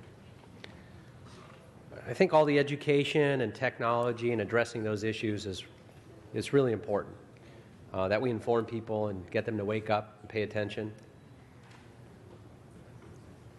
That's the most we can do in trying to educate people that are driving, is to do so responsibly. But beyond that, we can do a lot more, and we're not doing it. And that's where we've failed miserably over many, many years. The way our streets have been designed, the fact that we've allowed unmarked crosswalks, there's roughly 3,500 unmarked crosswalks that we have, is a false sense of security. Somebody stepping off into a street with no flashing beacons, with no red lights, with no warning to the actual people who are driving vehicles that there's a pedestrian entering a street. If you can imagine that we set that up decades ago and continue to implement those today, those should stop. We should convert everything to some type of controlled intersection or crosswalk. And I'll be working on that as well. But with that and looking at that, the other thing we need to do that is very politically sensitive, nobody wants to talk about it. Nobody wants to do it. Our communities go crazy over this, is the speed feedback when we have to calibrate the streets. The state of California has said through litigation that we can't have speed traps anymore, which means we can't use enforcement on a street unless every 7 years we actually monitor and test the speed on that street. Unfortunately, most of our thoroughfares here in Los Angeles have expired. This is something we're not talking about. People are dying because of it. The fact that we have officers out there that can't use laser or formerly radar. They can't use those enforcement tools because we haven't calibrated the street. And we haven't calibrated the street because everybody has a fear that if we do, the speed goes up. As Mr. Krikorian said, they're driving 45, but on average they're doing 55. Well, that would mean under state law we have to raise the speed, except in certain areas, in business districts, and around schools. But we haven't done it. In fact, we've spent millions of dollars over the last several years in calibrating the streets. We haven't passed one of them. Our officers are complaining, and people are dying. So there's a lot more we need to do. We need to step up and pull our head out of the sand and say there's tools within reach that we can do. Unless we get state law changed, we've got to calibrate the streets. We've got to stop installing unmarked intersections and crosswalks, uncontrolled crosswalks. We've got to start converting all the ones that are out there. And then we have to make sure that people are responsible at the end of the day. Because this is a crime that we can't control. Thank you. Mr. Cedillo.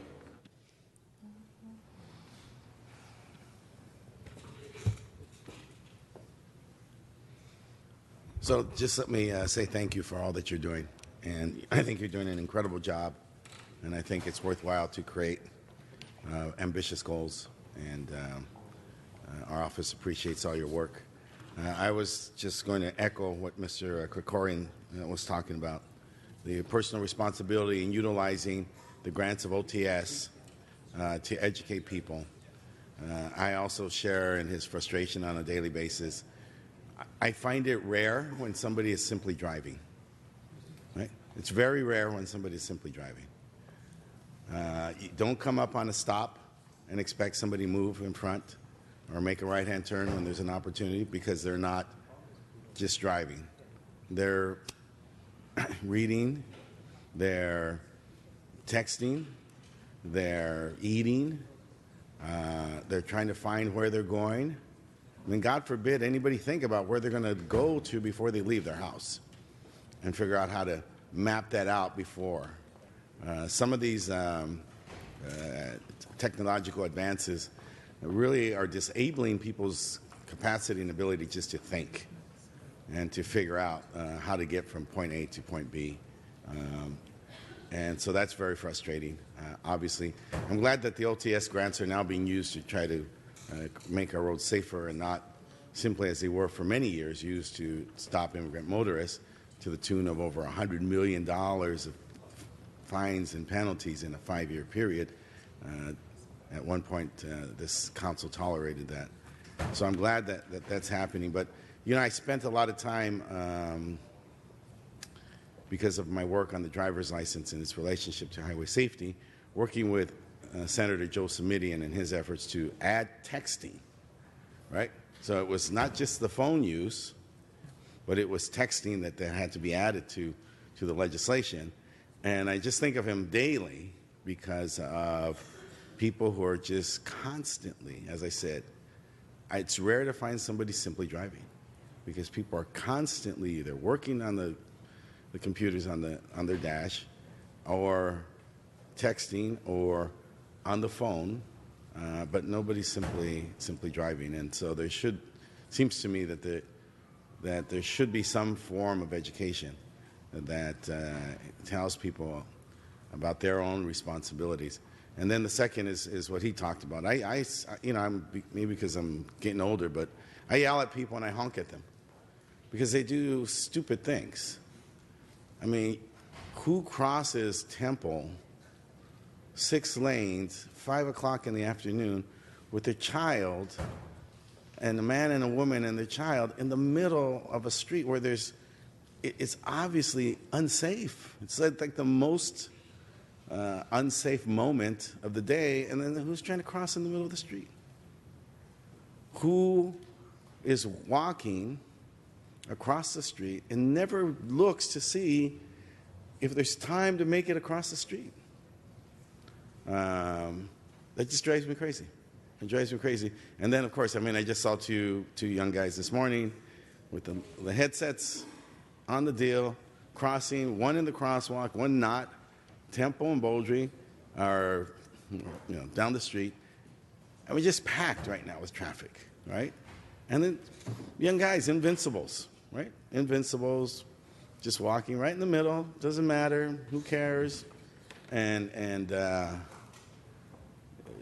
2 days ago, car stopped, right? Coming up. The light's green.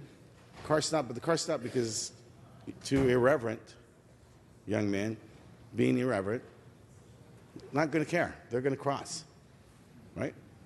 Car comes around, and it's not us being ultra vigilant. Those kids are hit, right? So there is a whole aspect to this of utilizing the OTS grants to educate the public about their responsibilities, right? Because they have a role in this. Some things, I don't know what we do about DUI motorists, what we do about, the incidents that, and them, have taken place in my district are just outrageous. Outrageous. A man hits a woman, parks his car, gets off, takes off his license plate, and takes off. There's not a design for that. That's just outrageous. These late night mornings after bars are closed, people in the street, no cars on the highway, how the one person and the one vehicle find each other. It's just, it's beyond design, and it's just simply outrageous. Some of those things are just, I'm not quite sure what we can do about them, but I really do believe, though, that utilizing the OTS grants in the way that educate the public about their responsibilities, the dangers involved in their behavior, and the dangers involved in our new realities, right? Our new realities with the technology and what's involved in that would be helpful, because I think people are literally oblivious to what's going on. I remember when it was just like people eating or women putting on makeup, right? I'm glad you said that as well as check currently. Your time. Right? But sometimes people reading books. Give me a break. Who's reading a book while they're driving? Right? But we've moved forward from that, and now it's a whole range of other activity. And so I thank you, and I thank you. Thank you. Sir Harris Dawson. Okay, let's prepare members to vote on this item. Let's open the roll, close the roll, tabulate the vote. 13 ayes.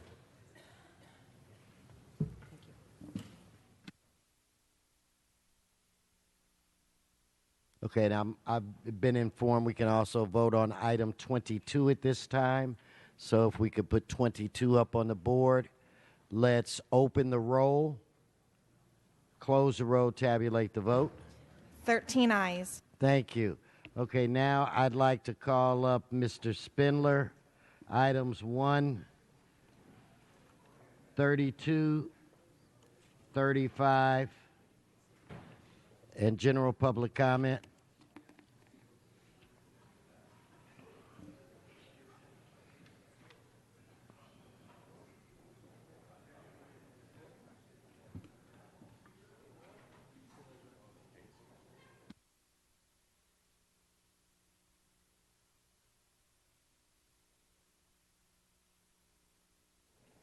Mr. Spindler. Okay, thank you. I think the pig will address. Now, is this on the items or also general comment? okay, nobody cares. Anyway, I put in cards on a number of things to speak on. But the most important thing is that everything you see here is nothing but a bullshit illusion. It's like being in a series on television. Everybody's pretending. No, you speak on the item now. The public comment is last, Mr. Spindler. So give him his All right. time, Okay. and we'll do it that way. All right, I have to just, okay. Understand, Peg? Yes. All right, go ahead. So, we had 32 for a $50,000 murder rap bond for an award for an additional 6 months for the killing of Deantra LaJohn Gant for $50,000. $50,000 to be a snitch? $50,000 to have to change your name and file bankruptcy and live in a life of poverty over snitching? Snitches are bitches who get stitches. Nobody's going to claim this award. And why is it only $50,000? Look at the other award. One of them 75. Why is somebody, because they're not white, $25,000 less? Why? Because nobody gives a shit about the other council districts. That's why. So we're going to publish in the weekly, the LA Sentinel, LA Watch Times, about this notice. No, do it in the Wall Street Journal. Put this in the Wall Street Journal because a lot of people looking for killers read the Wall Street Journal. Just look at the Donald Trump candidacy. Everybody reads the Wall Street Journal, and you should advise them to publish this shit in the Wall Street Journal. So I know what I'm talking about. Now we get another murder. My God, where the hell is this coming from? Another murder for 6-month reward? How many people per day are being killed in the ghetto? Why is this still going on? I thought Charlie Beck, when I go to the police commission, is in charge of crime. Why? Because they're arresting people not for crimes. The police department is busy making up shit and arresting people who are not committing crimes. That's why this shit's happening. So go look, $50,000. And again, we're going to publish it in these local newspapers. You have to put them in the Wall Street Journal. Everybody, all the big gangsters read the Wall Street Journal. Why? Because criminal gangsters invest in the stock market, and that's why they're shooting these people. Boom, boom, boom. You know, like the song, biddy, biddy, boom, boom, biddy, biddy, boom, boom. It's the same thing. They go to CD 8, biddy, biddy, boom, boom, CD 9, biddy, biddy, boom, boom. The serious killings are inexplicable. Okay, now, General. Okay, well, I'll take this. No, I'll take it. Now, the city, I don't know what the fuck is wrong with this city. Why did you make Waukesha Wilson file that lawsuit? Why do you give 2 stories? You know, on your 2 illegal arrests, when you fuck me over and you put me into that death camp over there, you put Waukesha Wilson in the same place and she wound up dead while going to court. So did you kill her, or did she hang herself from a 4-inch telephone cord? Which is it? So you don't want to tell a mother that her child dies in custody. You tell her she committed suicide, and another detective tells her that she died at the hands of police abuse. Tell the people what happened to Waukesha Wilson now. Thank you. Mr. Walsh, 131, 32, 35. Mr. Walsh.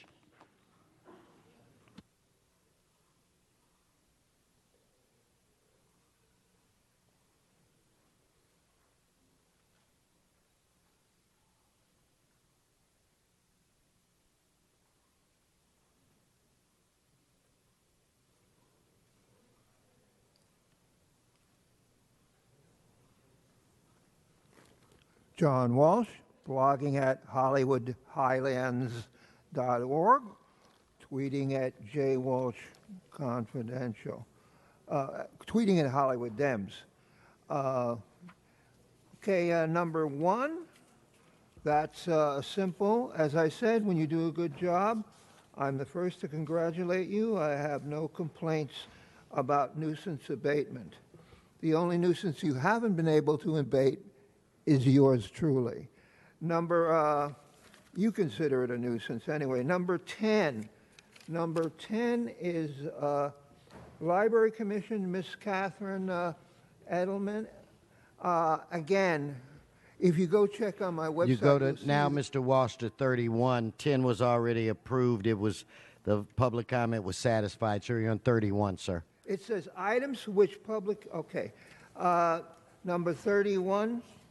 Doesn't matter, I was going to be in favor of it anyway. So I'll go to something I'm not in favor of, which you don't want to hear. Number 31, this is city's position regarding, again, this whole homeless mess. What the homeless mess is for is so that white Jews like myself can make money off minorities. And when you go down into the homeless area, you'll see very few Hispanics, because when they reach that level, they either go back to their homeland or their family takes them in.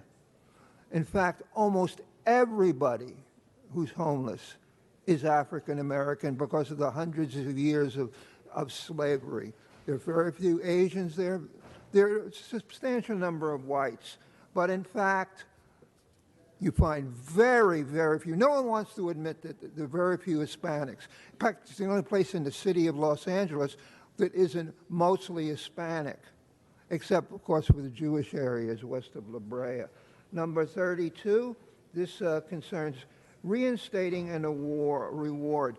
Cora says, I want to know how much money you've awarded in rewards, and did they go to white people or did they go to Jews who saw other Jews running over other Jews? In fact, you cannot produce. I want you to produce one minority that will get up here and say, I got paid for fingering a gang member. You can't do it because it never happened.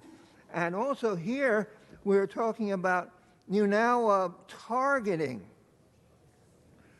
for rewards. You're targeting black newspapers. Do you think L.A. Whites, you're going to expand to from the regular publications to L.A. Watts Times, Our Weekly, and Los Angeles Sentinel? Do you think that black people are more likely? I know that Danny Bakewell just loves this.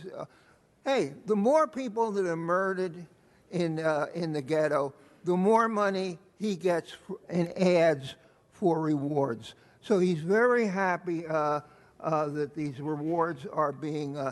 Why don't you just hire people to wear a sandwich board with the rewards on it? Because you're not going. No, snitches get stitches. No one is going to take care of that. I'll give you back the 15 seconds and take my 1 minute. Give him his general public comment. Measure M will be on the ballot. This is a half-cent sales tax. Believe me, the only half-cent sales tax forever, trillions of dollars going to the MTA. They can just waste money. This will be the greatest waste in history. $1 trillion tax. And once you pass that, there'll be more and more and more taxes, half cent here, half cent there. Before you know it, it'll be 50-50. In other words, when I buy a stick of chewing gum, the gum is $1 and the tax will be 50 cents. All they know is taxation. We do not want the taxation. Measure M, no. And a neighborhood integrity initiative will be on the ballot next March. And what that will do will end the tyranny of large buildings and capitalism. Thank you, Mr. Walsh. Mr. Gus, items 23, 25, 27, 29, 30, 31, 33, 35, and your general. Okay. Council members, for identification purposes only, I'm the contributor to citywatchla.com. I have the #1 article this week, and I also contribute to KFI AM 640, and I'll be on there this Sunday at 6 a.m., the KFI Sunday Morning News. Item number 29, council members, something good to say. This is good. This is good. I'm leading off with something I can compliment the city on. Your rap is that you're always in the pockets of the developers, and you are. That's why we have a housing crisis. But you need to do things to protect the renters of the city.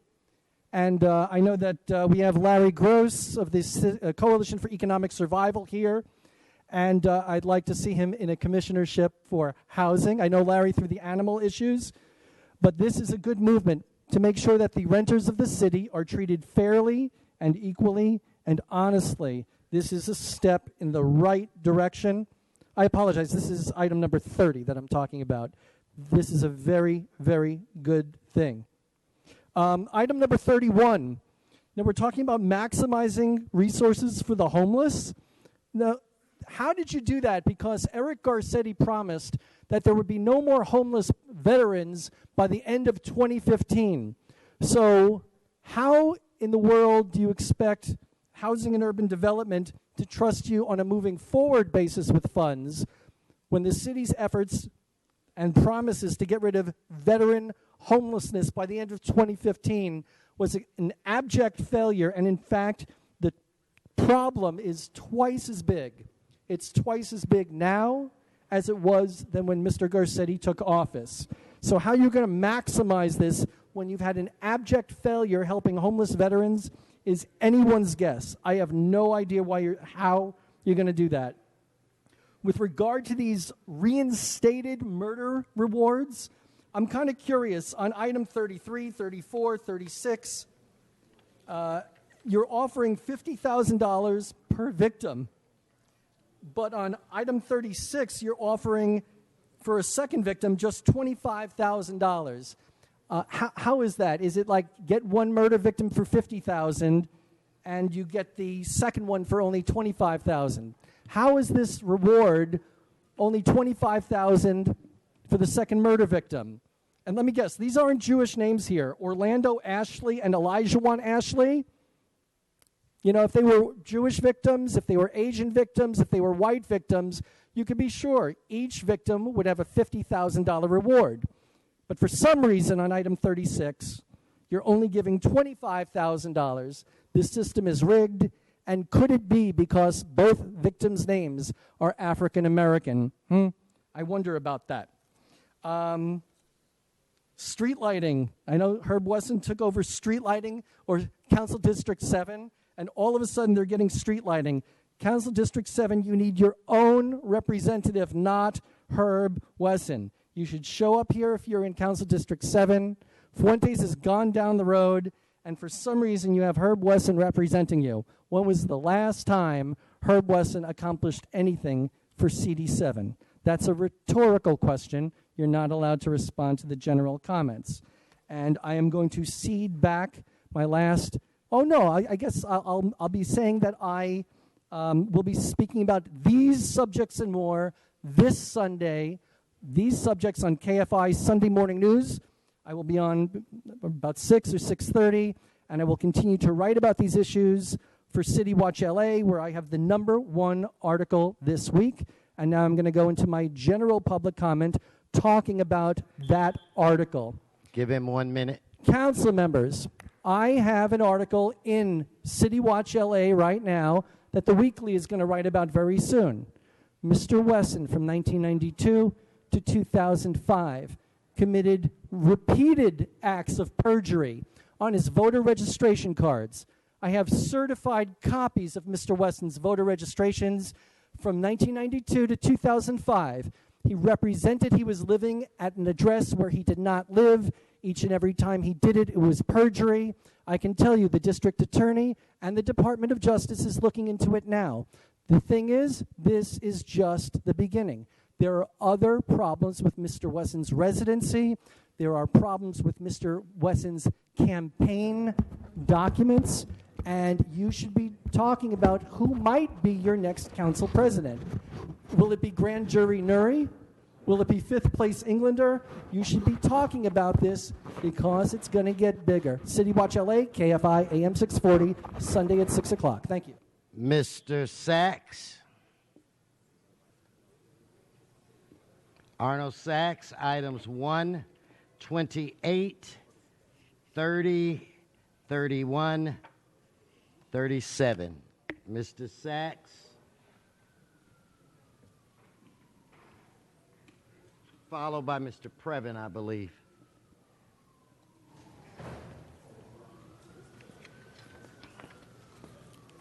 Yes, thank you. Good morning, Arnold Sachs. And I object to the 4 minutes for the items noticed for public hearing. The state attorney, the courts have noticed that only questions raised during public hearings are allowed to be subject to appeal. And you notice on your agendas 5 minutes for public hearings. No, Mr. Sachs, speak to your items. You can talk about that during public comments. Well, item 1 is for public hearing. That's my item. And items 2 through 9 are also noticed for public hearing. You should be given time to address those. The city attorney should be aware of that. And again, public hearing here, the REAP, the housing inspectors. Item 30 refers to a housing inspector 1 to be hired for the tenant agreement buyout. It's somewhat disingenuous. You have a tenant agreement buyout. You have a award ceremony, a public recognition for AirKnob.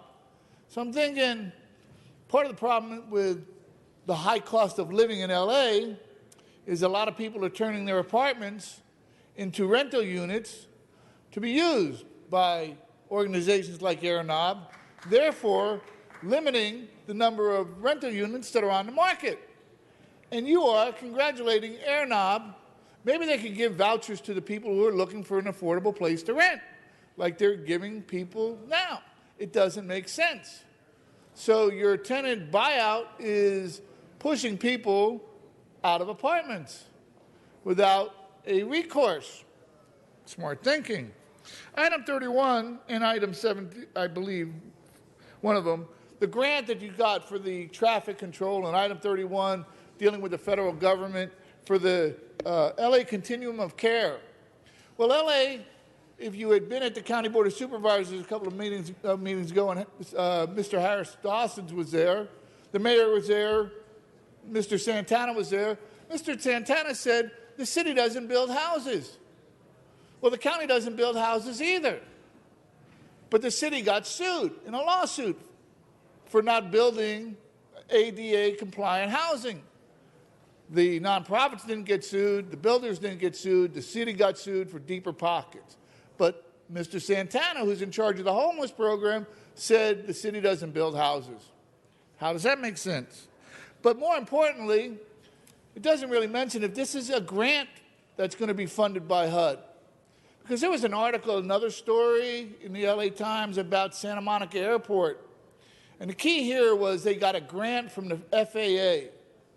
And the parameters of the grant mention that the federal government grants are for 20 years. So when the board of supervisors or the city council hoo-haws about getting a grant, doesn't necessarily mean they're going to spend it. They got 20 years. Because that's the parameters that the federal government have for grants that they give out to the city. So this continuum of care funding, is that for 20 years? And by the way, the Santa Monica grant turned out to be like $1,000 a month for 20 years. What can you do for $1,000? You can't even pay for cleaning at $1,000 a month. Quimby fees again. The assessment, county parks and recreation, they want a new assessment. They don't want a new vote. Vote no, because you don't know where the assessment you were paying for the city with 1 million pieces of property was going to. Thank you. No, Thank my public you. comment? Thank you. Let's now give him his general public Yes, comment. sir. And I mentioned part of that with the air knob, but this wonderful conversation with the traffic and her mentioning the new LADOT chairperson mentioned a peak 15 minutes of congestion in LA. The peak 15 minutes of congestion in LA? What planet are you from? Have you been on the 110 freeway, in the bus lanes, in the high occupancy vehicle lanes, anywhere? 15 minutes of congestion. You're 15 minutes of congestion getting out of your driveway. What the hell is that? Vision Zero plan. You hear these rewards you're giving out. Maybe you ought to have a Vision Zero plan for all the shootings that are going on in LA. Vision Zero plan for traffic fatalities. The Mayor Spaghetti vowing to end homelessness, zero homelessness in the city of LA. Good luck with that idea. And so on and on. Thank you. Okay, Mr. Previn, I have you on item 32 and general public comment. So if you go, Mr. 2 and 1. Yes. But, sir, what about the closed session cards that I put in on 38, 39, and 40? To speak on these items, those items, I believe public comment has already been satisfied. No? No, it has not been satisfied. Hold his time. When we do this special meeting, Mr. Previn, you'll be called back. Okay, so could I have those 15 yes, seconds give him back his 2 minutes. Go ahead, sir. Okay, so item 15 is a dislocated worker program where Higher Regency came up with, I think, about $800,000 for shutting down a property is how I think it works, and that gets applied somehow. But it caught my attention that the JW Marriott Services, and I know you all pay very close attention to these budget finance agendas, had a refund for almost $900,000 to JW Marriott Services this week. And I must tell you, when I hear that, I go, what? And I looked at it, it's 900 Olympic. It's the property over on right there by LA Live, and these guys are charging $500-600 a night. You can't even get a room. So why are we giving them back $1 million? Since I asked for the audit and everyone got quiet. You know, we got to look at 21.17, guys. That's in your LA Municipal Code. It says basically that the city doesn't have to show who's paying their transit occupancy taxes so quickly. And we say we got the California Public Record Act, so put them on the table. So that's the dispute there. Now, by the way, the Vision Zero thing was beautiful today, but the number of lawsuits we've had in there for Mr. Englander's 3,500 unmarked crosswalks would choke a pony. So we got to do something in taking care of our infrastructure, not blowing hard about spending $500,000 with Mike Bonin over at Vision Zero, a program that's been laid out over the world. You're not on the topic. I'm sorry, was that item not 32? Vision Zero You're 17? way off topic. Okay, I'm sorry. I'll go back to 32, which is ads in the LA Sentinel. If we're buying ads in Mr. Bakewell's publication, that's a publication that's in partnership with this body at advocating against residents. Now, I'm not speaking on behalf of any individuals or not, but I don't think that we should be spending money to the tune of multiple ads in LA Sentinel. If we are, by the way, correct me if I'm wrong, if these are just, hey, go ahead and post it in there for free for the City Hall, because that's a different kind of quid pro quo that we could talk about in a different forum. But you guys are not particularly fair, and this system of compiling all of the items, except for the closed session ones that you'll wait until later, is Again, you're not on the topic. Well, what it is That's it's your last not warning. Thank you transparent, very sir. much. So you should really Now I'll go stick for to my the general agenda items. public You know the comment? rules. Okay. All right, thank you very much. Now it's my general public comment. Thank you, sir. You want to put time on the clock, or I'll go ad nauseum? Okay, thank you. So, as I said before, I feel that we are close to complying with the law, but we find ways to avoid it. I personally do not understand a situation in which item 22 today outlines that the big case, which is about the Living Center, Independent Living Center of Southern California, I think everybody remembers the $200 million gag year program where we had to come up with all this money to settle a case for not putting in ADA compliant stuff in the affordable housing, the public affordable housing. Unbelievable. I know, but it's true. But now, to cover those costs, we're going to be, it says we're getting proceeds from bonds at some point down the road. We're coming up with $5 million to pay the lawyers who are out of Washington, by the way, in case there's any question. And by the way, they're nice guys. Ryman, Dane, and Colfax, PLLC. These guys, in a way, are kind of heroes because they're the ones who put the city council, who kept saying, no, let's take it into closed session. No, let's take it into closed session. No, let's take it into closed session. And then they finally got them to settle. And who knows if it's a fair settlement. I'm worried that a lot of that $200 million is going to go right back to the bad actors who set us up for failure. Thank you, sir. All righty. Thank you. Great to see you. Okay, Mr. Mohammed on item 31, please. Mr. Previn, please have a seat. Please have a seat. You're disrupting this meeting. Mr. Mohammed on item 31, please.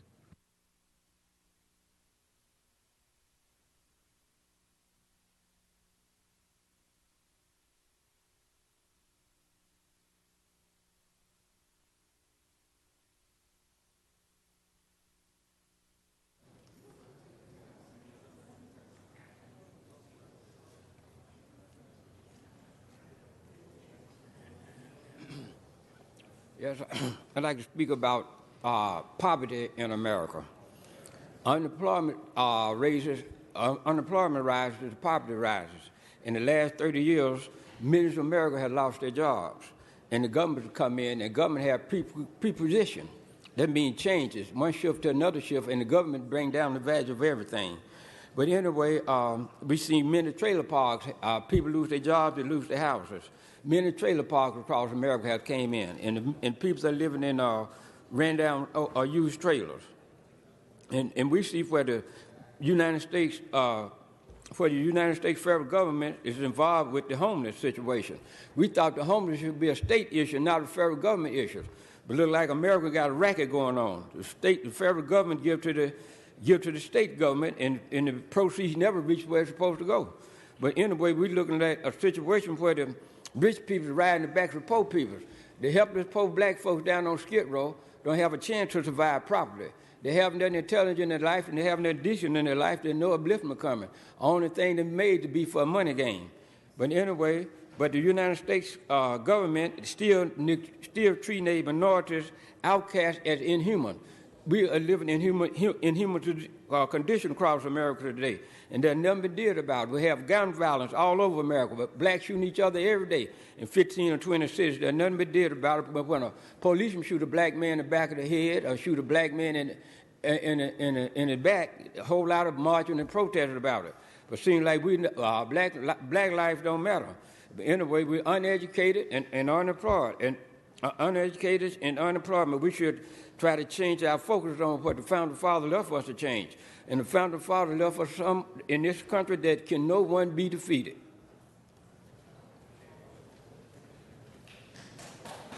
You had one more card for general public comment. Did you still wish to speak, Mr. Mohammed, for general public comment? Did you still want your 1 minute for general public comment?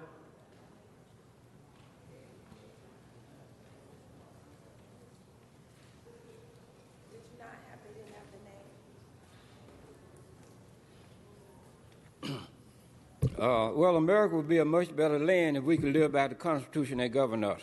But thank God we only have a few black Americans in Los Angeles. Majority of the black people you see in Los Angeles, they're not black Americans. They're sent here for troublemakers. Many dark people go to different parts of America for trouble, to look like us, to bring trouble in the African American community. That's what our government's connected with. But anyway, I would like to speak about a lax environment in a non-serious environment in an island environment is very dangerous. We should have seriousness in our community, though. This thing what we're doing is turned to entertainment. We're supposed to be more than entertainment. We're human beings. We're not coming here to be entertained. I'm not coming here to say, I'm better than you, what I got, you ain't got. This thing is worse than child play, what this political meeting have turned into be. But anyway, we were speaking about accountability in office. Mismanagement of revenues was going on today. Grossly mismanagement of revenues.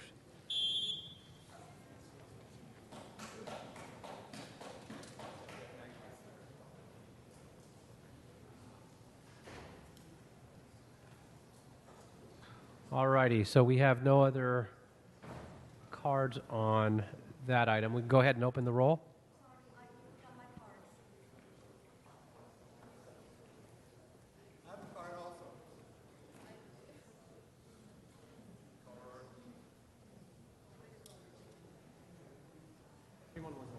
Okay.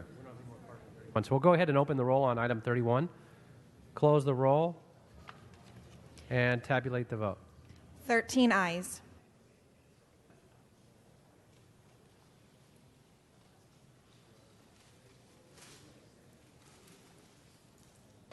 So let's go ahead and take item 20.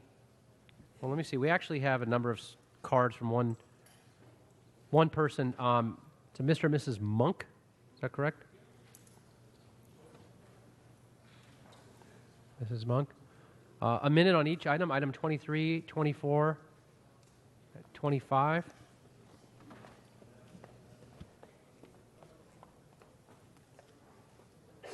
Actually, that's Miss Monk. I'm sorry, it's actually just 23 and 25. I'm sorry? We've already taken 24, so it's 23 and 25, the two cards you have. So you have 2 minutes for that, and then you'll be followed up with a minute of general public comment. So items 23 and 25, please. Good afternoon. On August 20th of this year at 8:30 a.m., I executed all the steps that were required by law to make certain that my valid restraining order was duly served. However, due to the officers from the Wilshire station, my restraining order was not enforced. Mr. President, I don't think she's on one of these items. You're not speaking to item 23. You have a minute on 23, and then you have a minute on 25. And you can save those other comments for general public comment if you'd like. Well, I see that others have come up here. It was sort of like a theater of the absurd, and they were saying various things that had nothing to do, that were cogent to any of them. And So, unfortunately, ma'am, okay, you got to speak to the items, not other things. So speak to the items, please. You're on item 23. okay, well, then you'll have to go to my general comment. Okay, we can go ahead and do that. We'll go to... So and then we I also have something on the special. So go ahead and go into general public comment. Okay. Well, to continue then. What woman, black, white, Hispanic, Jew, Gentile, Muslim, or atheist in the city of Los Angeles can feel safe when officers are more concerned about protecting their backs and the backs of their brothers in blue than they are about protecting the rights of women? As I stated before I was interrupted, on August 20th, I was falsely arrested by officers from the Wilshire station after duly serving a restraining order. My restraining order was not enforced, and as a result, I was beaten and in an effort to cover up their reckless actions, falsely arrested by the officers who were supposed to protect me and enforce my restraining order. I'm baffled as to why in 2016 women are still made to feel like chattel who have to relinquish their rights and their well-being to men, and in the case of the Wilshire Division, not very bright men. I get it that my time is up. Great. Thank you very much.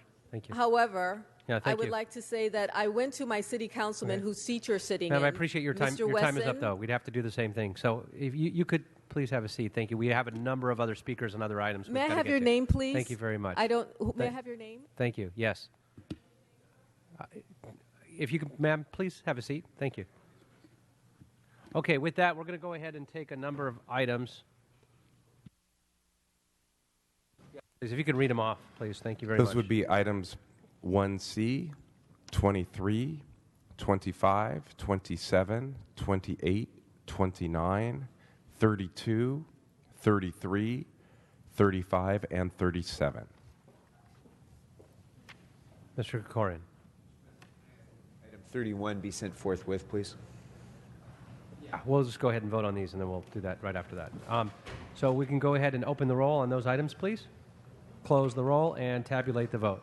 13 ayes. Okay, and then we have a request from Mr. Krikorian for item 31 to be forthwith. That'll be the order without objection. Thank you very much. Okay, so now we're going to go ahead and go on to item 30.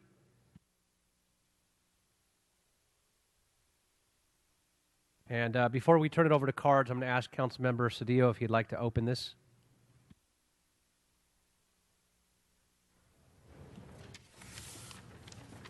Yes. Mr. President, thank you for bringing this up. Colleagues, this is a very, very simple thing. This is what we would call basically a cleanup piece of legislation. As you know, we have a rent stabilization ordinance in the city. It works well when it works well. But this is an effort to do something that is basically based on the premise that people have a right to know what their rights are. It's that simple. You have a right to know what your rights are. If you don't know that, then it's difficult for you to exercise that. And so, for example, this would address a recent situation that we had in Mr. O'Farrell's district, where somebody signed something, agreed to come out of a building, didn't know all their rights, didn't know how to exercise them. We come back a couple years later, circumstances appear to have changed, but the fundamentals remain, and yet that person is without payment and without a place to stay. At a time and in a moment where we are in a housing crisis, at a time and a moment where we have a homeless crisis, at a time and a moment where this city is distinguishing itself as one of the most unaffordable cities to live in, it's imperative for us that we stabilize and bring certainty to the relationship between tenants and landlords.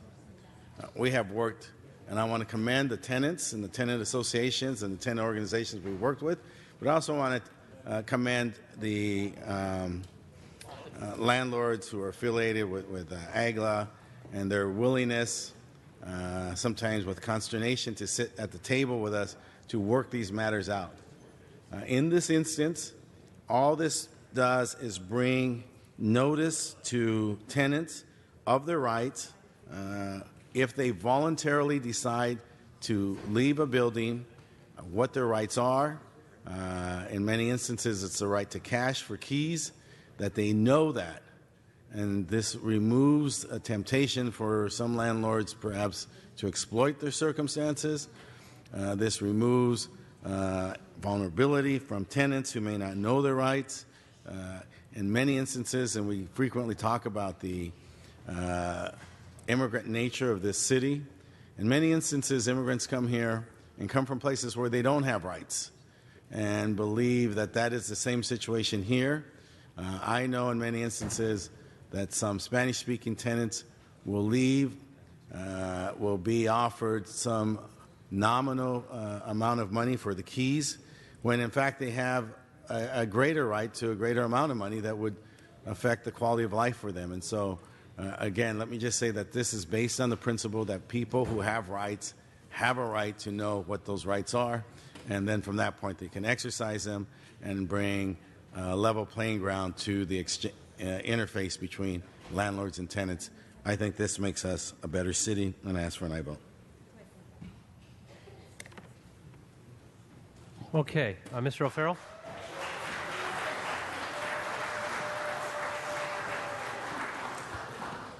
Thank you, Mr. President. I think this is a terrific measure to enable tenants who have agreed to a buyout upon being evicted from a project to rescind that buyout based on an agreed-upon time frame, so they'll have time to do the proper consulting so they can be informed of the facts. The case that Mr. Cedillo cited in my district was an Ellis Act case from 2012. By the time I got into office after the election, the buyouts and the evictions had already been served and the building was mostly empty. Came to my attention in the last year, and the building has been long vacant. So I would love to do anything I can to prevent this from happening again. And we have various Ellis Act revision cases pending before this council, and I'm very eager to make sure that with new mechanisms like this that give our tenants more protections from now on, along with us taking a look at how we can improve the Ellis Act eviction process, which is a state law, and our hands are tied sometimes, but there is more that we can do at the local level to prevent something like that from happening again. So I think this is a terrific new plan, and as you said, Mr. Cedillo, something to write a wrong that had been overlooked in regard to our RSO program. So this is terrific, and I also urge an aye vote. Thank you.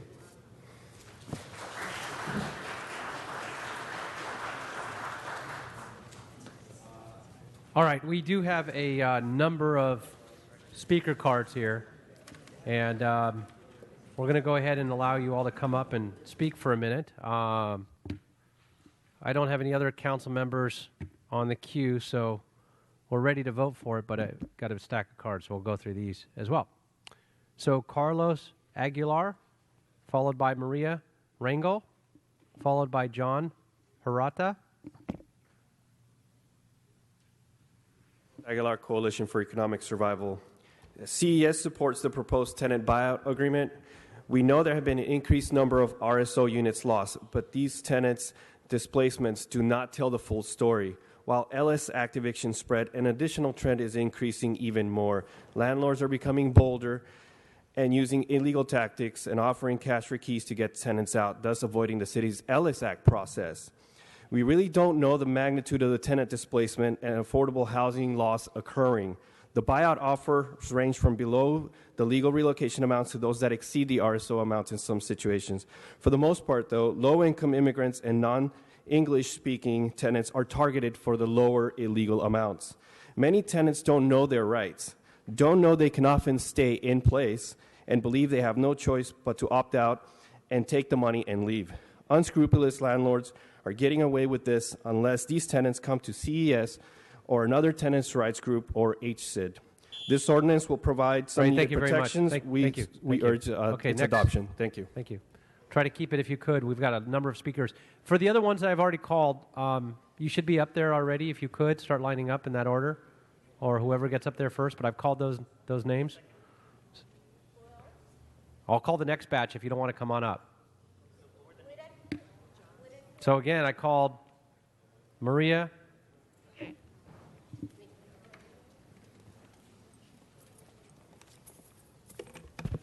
Conde, Maria Rangel. Buenos días, mi nombre es María. Soy residente del 1226 Arápago en Pico Junior y miembro de CES. Yo apoyo esta enmienda de la Ley de Control de Renta porque ayudará a informar a los inquilinos de cómo proceder legalmente en estos acuerdos de dinero por llaves. Good morning, my name is Maria, and I'm a resident at 1226 Arapaho in Pico Union, and I'm a member of CES. I support this amendment to this law under rent control because it would help provide information to the renters as to how to legally proceed in this type of agreements, money in exchange for keys. El mes pasado hicieron una oferta de $15,000, pero yo sé que cuando hay una persona mayor como mi papá, tenemos el derecho de recibir algo más razonable. Last month, they made us an offer of $15,000, but I have knowledge that when there's a person or a senior citizen like my father living in a unit, we have a right to receive a higher amount. Pero ellos no están dispuestos a informar sobre qué sería una cantidad razonable y ni siquiera lo más importante a informarnos qué es mi derecho a rechazar esas ofertas. But they're not willing to inform us as to the reasonable and right amount. And they're not even willing to let us know what our rights are and our rights to refuse that offer. En los últimos 5 años yo he perdido amigos y personas grandes de la comunidad. In the last 5 years, I've seen a lot of my friends and also seniors leave their units due to lack of information about their rights. Por falta de información de sus derechos, incluyendo el derecho a rechazar estas ofertas de dinero por llaves. Also, because of lack of knowledge to know that they are able to reject these offers in exchange of money Tómenos for en keys. cuenta y vota sí. Thank you. Please keep us in mind, and we ask you a yes vote. Thank you.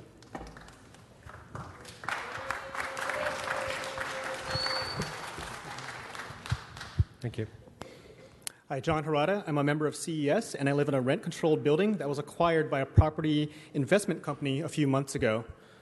Soon after the building was acquired, we were told that the building would be undergoing a total gut renovation, and we were offered tenant buyouts.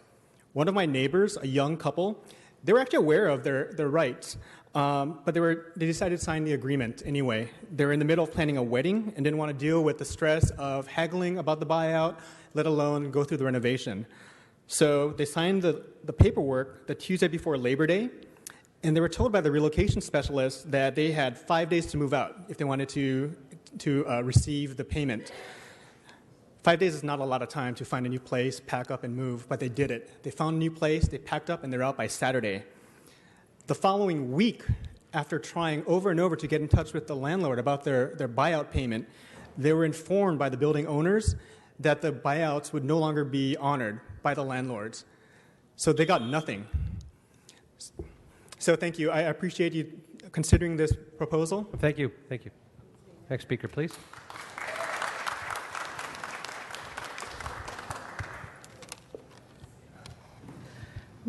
Mi nombre es María Rangel, soy miembro de CES. Somos una familia de 3 adultos y un menor de edad de 15 años. Nos están desalojando de donde hemos vivido por 23 años. Hi, my name is Maria Rangel. I'm a member of CES. We're a family of 4 adults with a minor child who's 15 years old. They are evicting us from the place where we live for 23 years. Solo mi esposo trabaja, yo soy diabética y con alta presión, mi esposo también. My husband is the only person who works in our household. I have diabetes and I have high blood pressure, and so does my husband. Nos sentimos muy estresados porque nos están acosando mucho para que firmemos el contrato para salirnos. We are very stressed because they're harassing us a lot so that we can sign the contract in order to leave our unit. Somos una pareja que dentro de poco vamos a pensionarnos y no podemos dormir de pensar que no podremos pagar las rentas que cobran en otros lugares. We're a couple who is planning on retiring in the very near future, and we are not able to sleep many times because we keep thinking on how we're going to be able to afford paying the higher rents that other units are requesting. Otra cosa que nos preocupa mucho es mi hijo porque está muy estresado por su escuela y dice que no nos va a alcanzar el dinero. Another thing that we're very concerned about is regarding my son. He's very stressed about his schooling, and he's concerned that we're not going to have enough money to move to another place. Y no es justo que un menor esté preocupado por problemas de adultos. And it's not fair for a minor, for a child, to be concerned about problems that adults have to face. Que le están afectando mucho en la escuela. And this is really, really affecting him in his schoolwork. Yo estoy apoyando esta ordenanza que va a darle más protección a los inquilinos y recomiendo que la adopten. I am in favor of this ordinance that's going to provide higher protection for renters, and I ask you for an aye vote. Gracias. Thank you.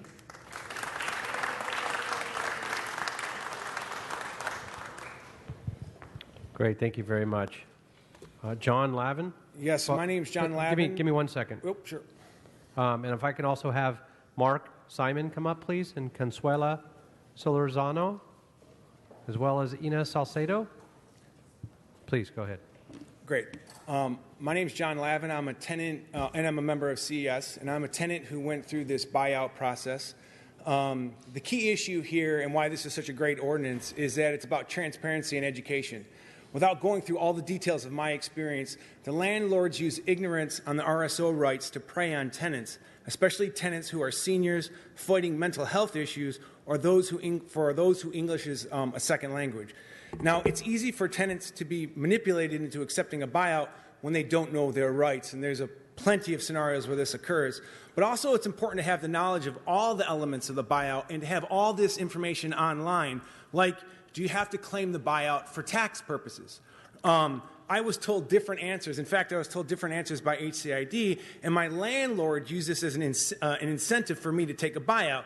His answer was, we don't tell the government about the buyouts, so you don't have to if you don't want to. The more people know, the better equipped they are to make a decision that helps them. And right now, landlords have the power. Thank you.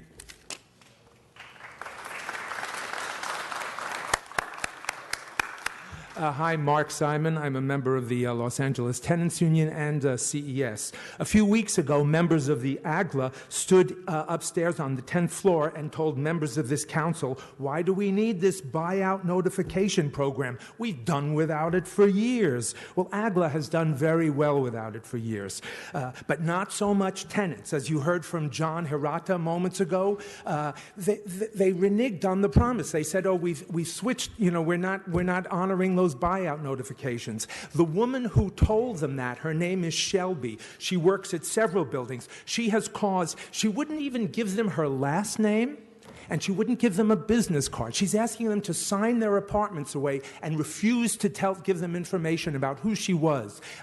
Wouldn't give them a business card. Tenants at 719 Heliotrope and 320 New Hampshire have, within weeks of being harassed constantly at 1 o'clock in the morning by Shelby, Thank you. two of the Thank you. seniors Thank you. passed away. Next speaker, please.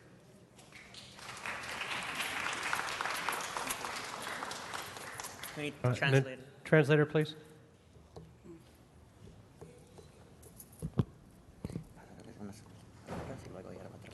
Bueno.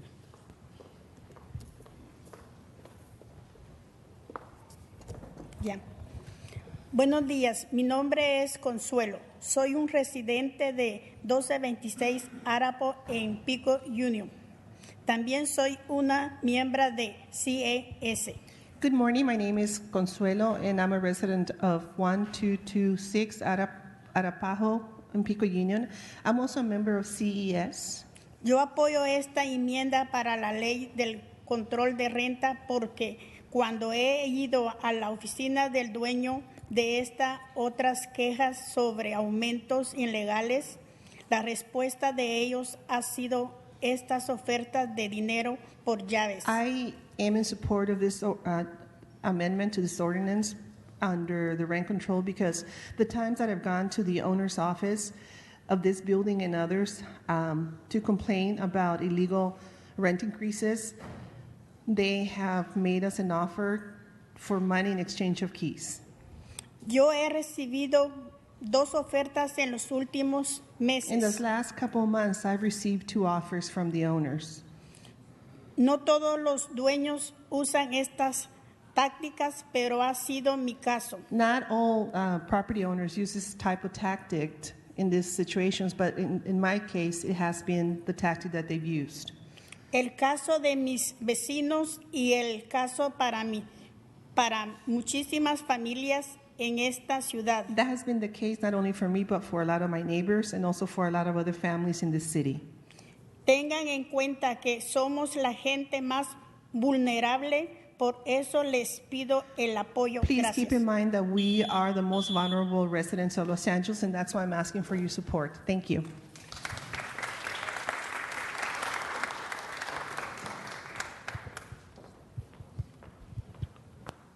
So Ina Salcedo, followed by Lynn Gonzalez, Rogelio Lopez, Franklin Munoz.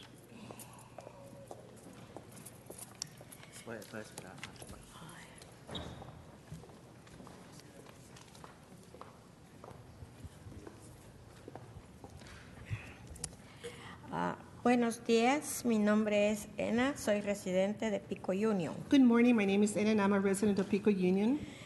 Soy miembro de CES. I'm also a member of CES.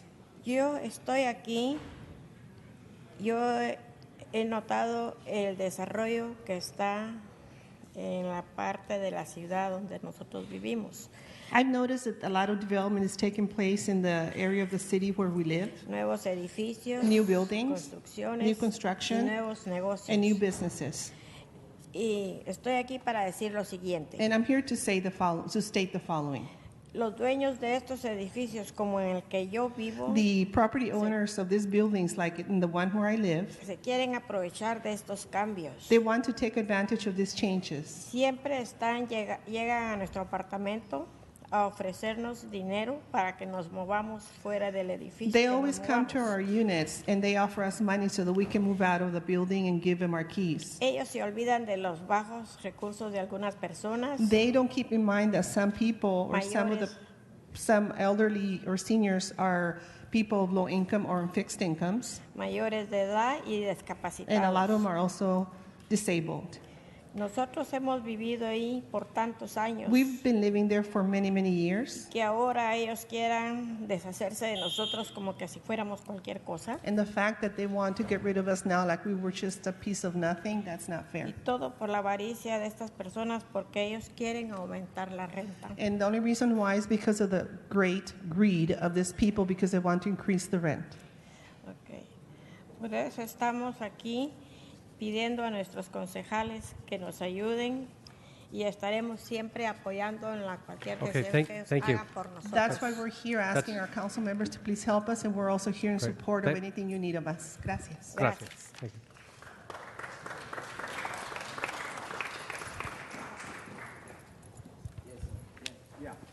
Good morning.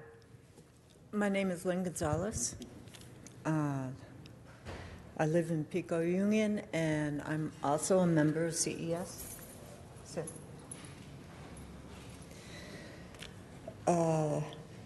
okay, I live in a multicultural building. We have white, black, Latino, Korean, and Filipino people represented. Passing this amendment would assist residents in making an educated decision without panicking or wondering where they're going to live. I have witnessed the confusion and upset people have experienced when faced with cash for keys offer without first being told about their options. Please pass the RSO amendment. Thank you.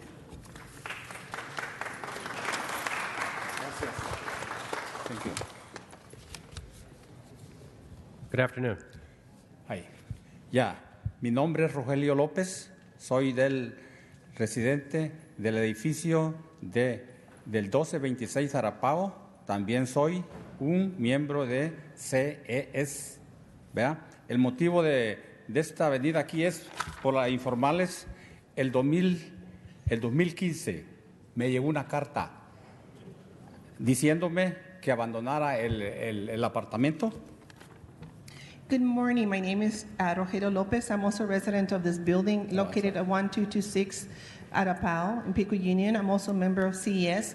The reason why I'm here is because in 2015 I received a 3-day notice asking me to leave my unit.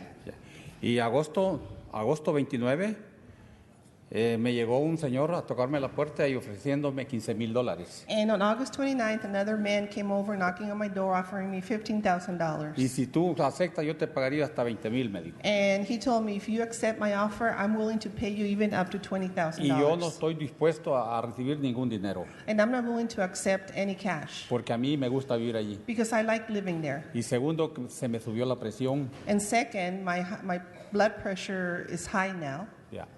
Y no puedo dormir y soy diabético. and I'm not able to sleep well, and I'm also diabetic. Ya. Okay. Thank you. Thank you.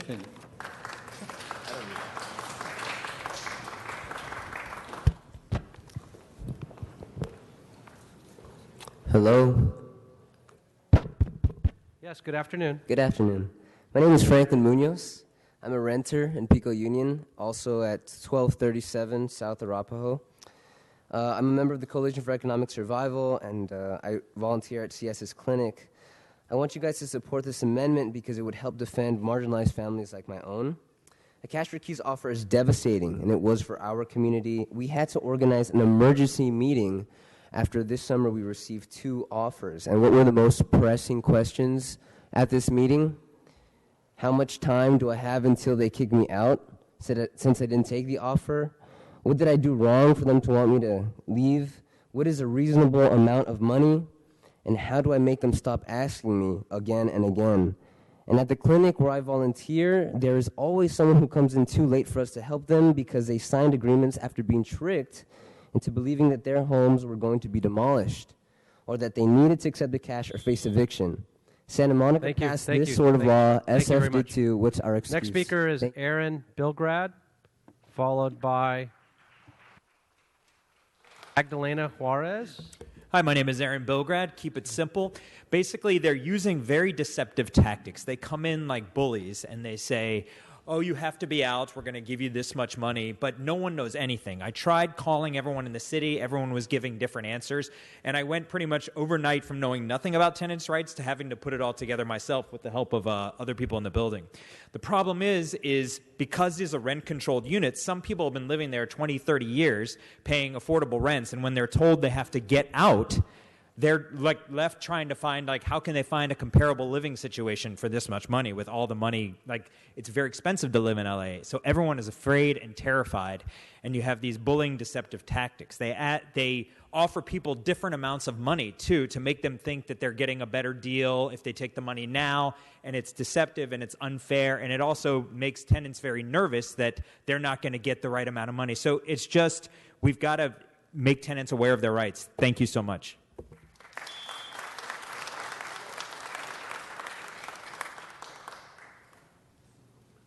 Magdalena Juarez, Teresa Hernandez,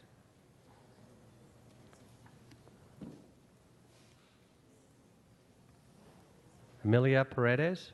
You can all please start making your way to the front, because I'm just going to keep calling through names until somebody starts coming up there to speak. And if I called your name, you don't come up to speak, I'm going to assume you don't want to. Santa Cruz.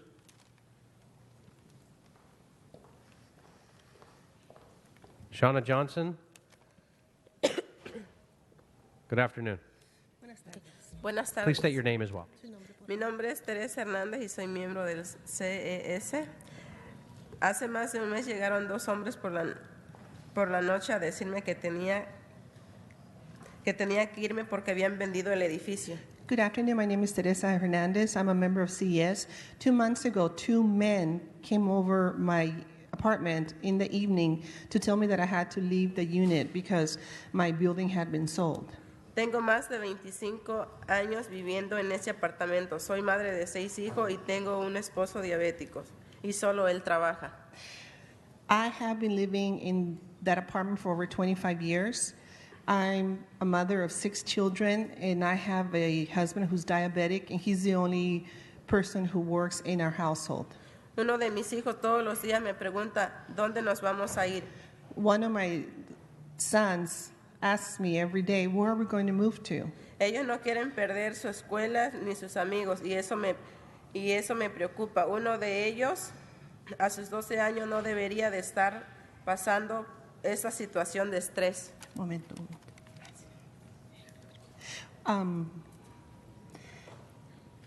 They're very concerned about leaving the school where they're now attending and leaving their friends behind. And I'm very concerned that one of my children, who's 12 years old, that he should not be concerned or worried about this type of situation that is causing him stress. Estas personas solo nos han traído tristeza a nuestras familias. These people have only brought sadness to our families.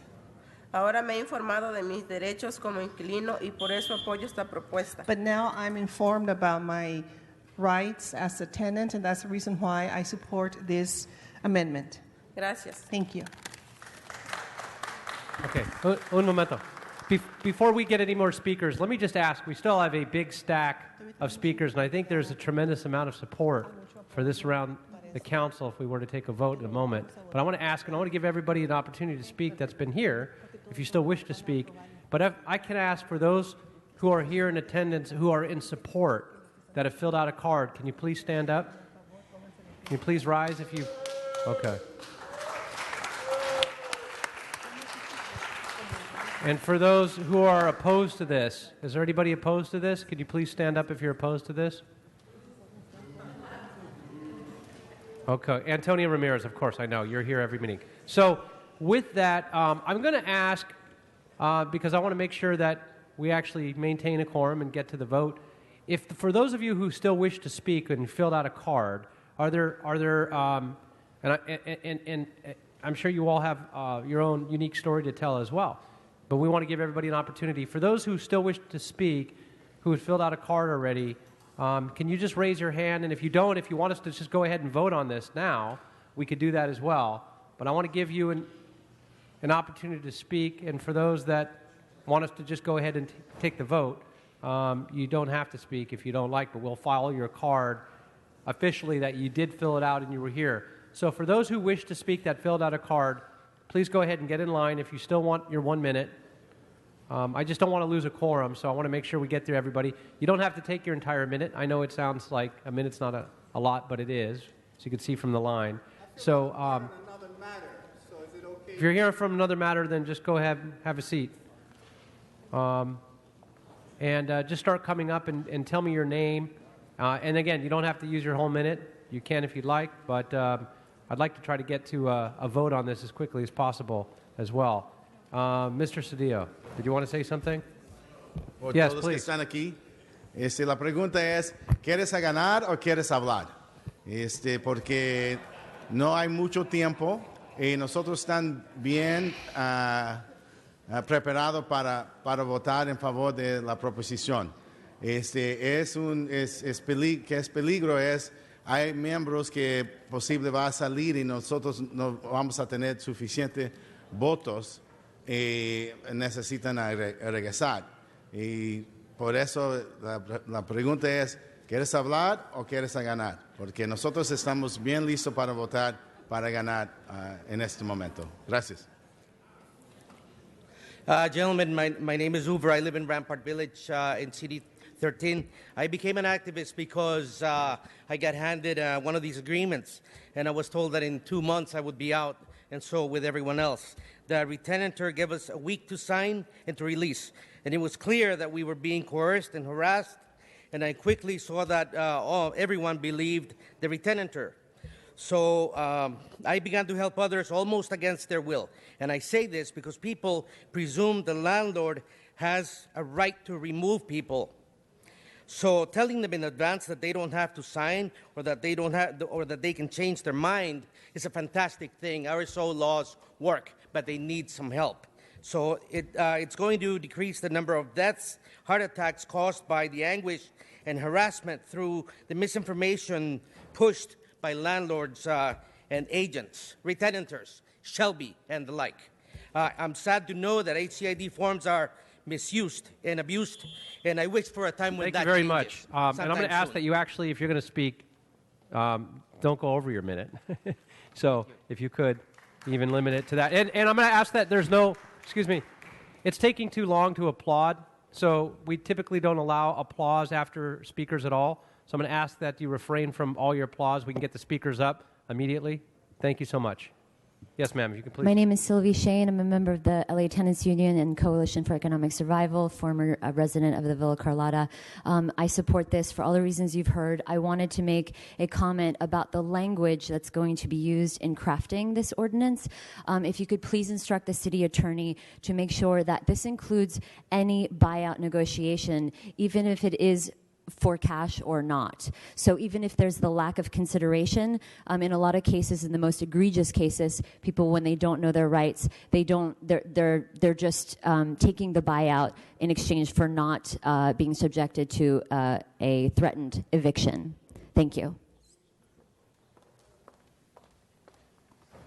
Elena Pop, Executive Director of the Eviction Defense Network, also support the proposal for the reasons stated. And the main point that I want to make is that when we assume that it's okay to offer statutory relocation assistance and then get a buyout, we're really still both ripping off the tenant and ripping off the city. So if a tenant's unit is $630 and the market rate is $1,500 and that tenant is 50 years old, the value of that asset to that tenant is $314,000. So even if they're offered more than statutory relocation assistance, they're still being ripped off, and they should have a right to talk to counsel before that happens. And for us to lose that point is not good. The city is also ripped off because it increases its burden to provide another affordable housing unit. Last point, I'm going to leave these up here. New clinics. Tenants need to know where to go get legal help, and most of your offices are sending people to all the wrong places. So please speak these up. Thank you. Thank you. Gil Cedillo talks about principle. He doesn't know what principle is. He is an You will not asset address girl members directly on this council. If I warn you again, your time will be forfeited. interruptions as usual. I am against any program that that does not bring in these goddamn wetbacks and gangbangers. They are illegally being subsidized with our taxpayer monies. If you look at the homeless, military veterans, and homeless middle class, they are there because you are subsidizing these goddamn racist, hate-mongering wetbacks and gangbangers. Please shut off her microphone. Your time is up. Thank you very much. I've already warned you. You know the rules. Go have a seat. Now you're disrupting the meeting. You're continuing to disrupt the meeting. Sergeant, if you can please escort her back. Okay, we're going to ask you to leave council chambers if you're going to continue to disrupt this meeting, as you constantly do. Okay. Thank you very much. Thank you for this opportunity to speak on this extremely important ordinance. My name is Stephen. Your name, please. Yes, my name is Stephen Bowers, and I have the distinction of being the last person standing in the apartment complex I'm at. That is, I'm the only person not to have yet accepted a buyout because I know my rights. I've watched with great sadness as they've tried to pick off, and they've successfully picked off all my neighbors over this 2-year period since the building was bought, using all kinds of unseemly tactics, and starting with the people who know the least about their rights. What's made me saddest is that as they're scrambling and commiserating about how they're going to find the next thing, I don't even know what I can say because I'm worried that I might do something that violates the terms of whatever agreement was made, such that it makes it so they can't get the money they were promised. Please support this vitally important playing field leveler. Thank you very much. Thank you. Next speaker, please.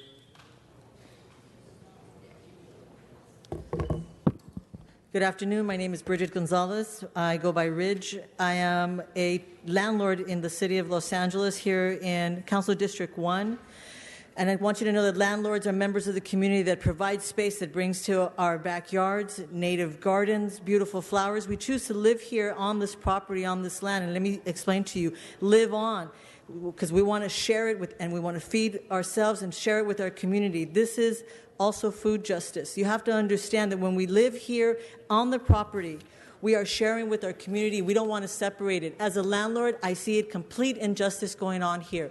People are being evicted because they're low income and because they're of a different race or a different culture, because they've been long-term tenants. That is not the will that we need to have here in the city. As a landlord, we need to see you. I need to see that the council really cares about this community and stops tearing up my community in my backyard. Your neighbor, your community, their constituents is also their tenants. Please give support to also HCID. They need your support.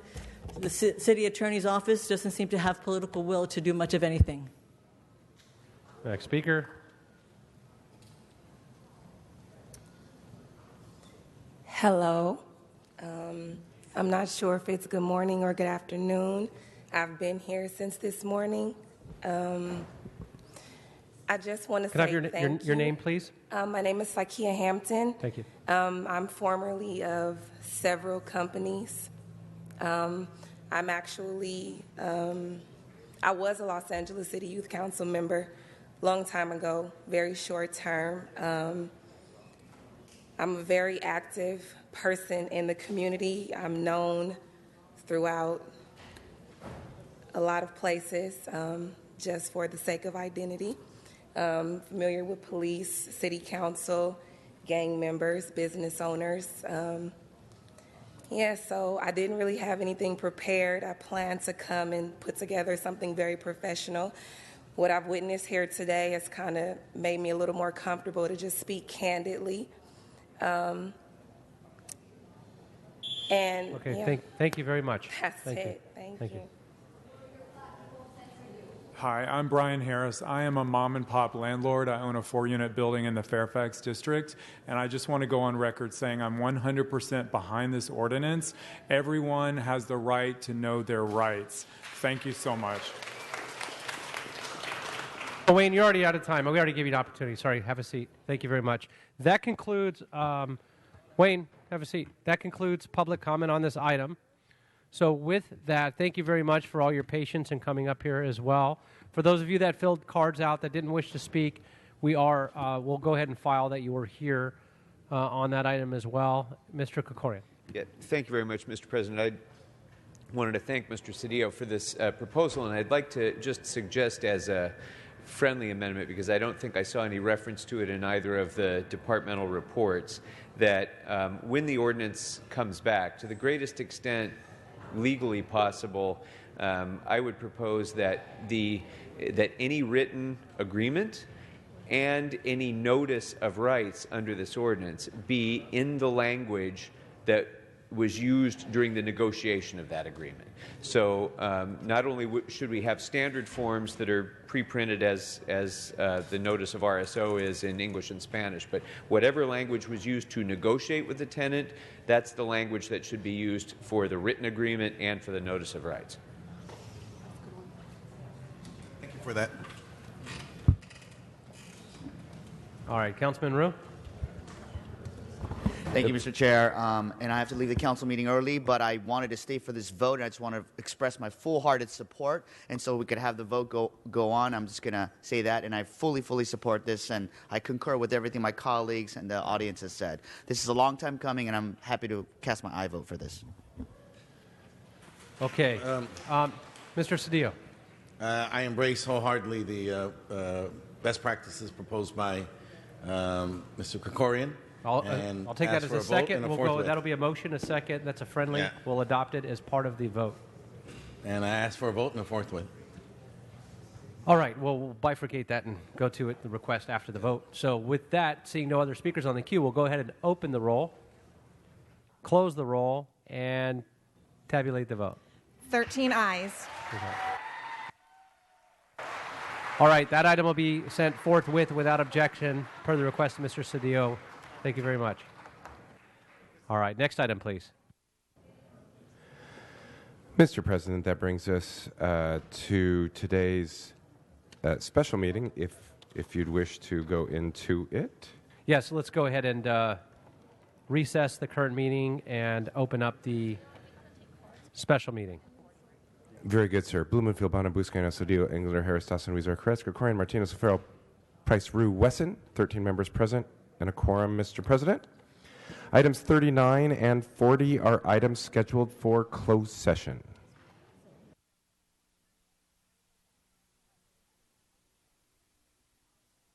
Okay, 39 and 40. Arnold Sachs, are you still here, Arnold? I don't see you in the room. We'll go ahead and file your cards. Thank you very much.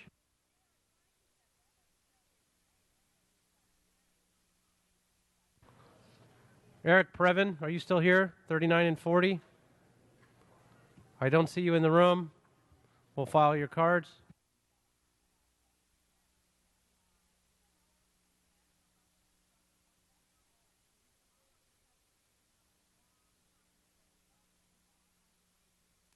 Antonio Ramirez on 39 and 40.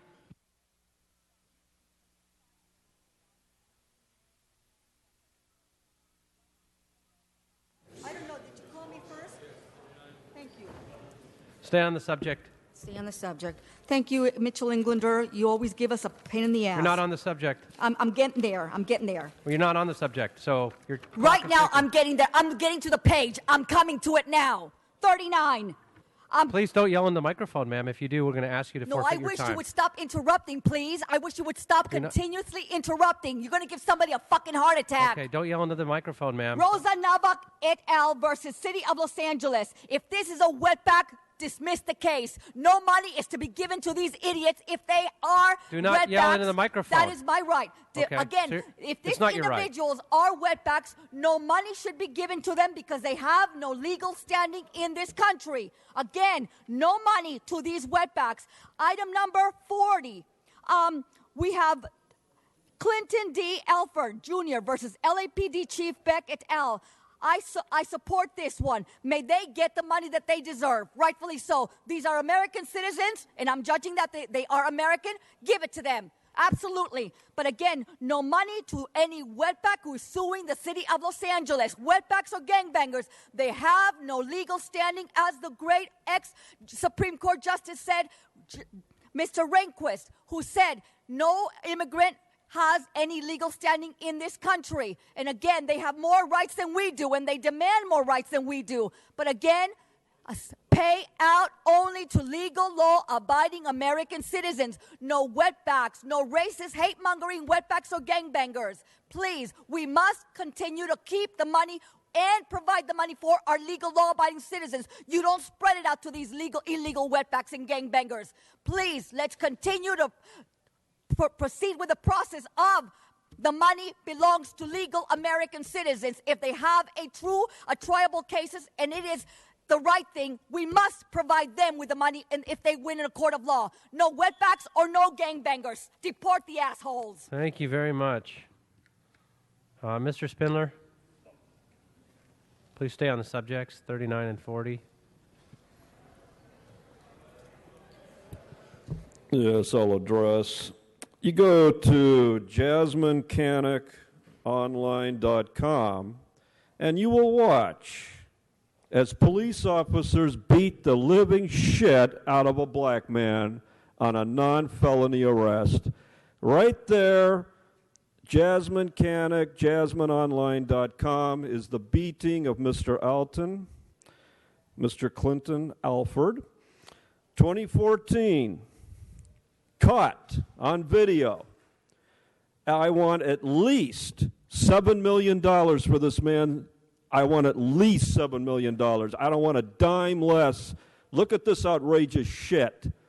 And then the officer has the nerve to go ahead and be charged with assault under color of law, and they made some sort of deal. Our DA likes to make deals on this shit, and that's why it's going to keep happening every single week. And it always happens, black unarmed suspect being beaten, and the cops think they're turning their cameras off. Well, the cameras are always on, and we got perfect digital video. And then on the other one, another person gets lynched by the Los Angeles Police Department. What a fucking surprise. What a surprise that we have a police chief that sits there in 2 terms in office and watches murders and beatings, while the rest of the cops on the force, which are good people, have to take this shit lying down.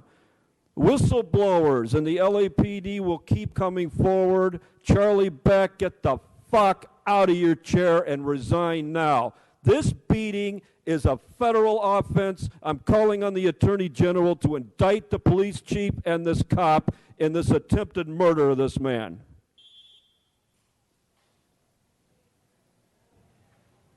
Mr. Walsh, 1 minute. Item 40.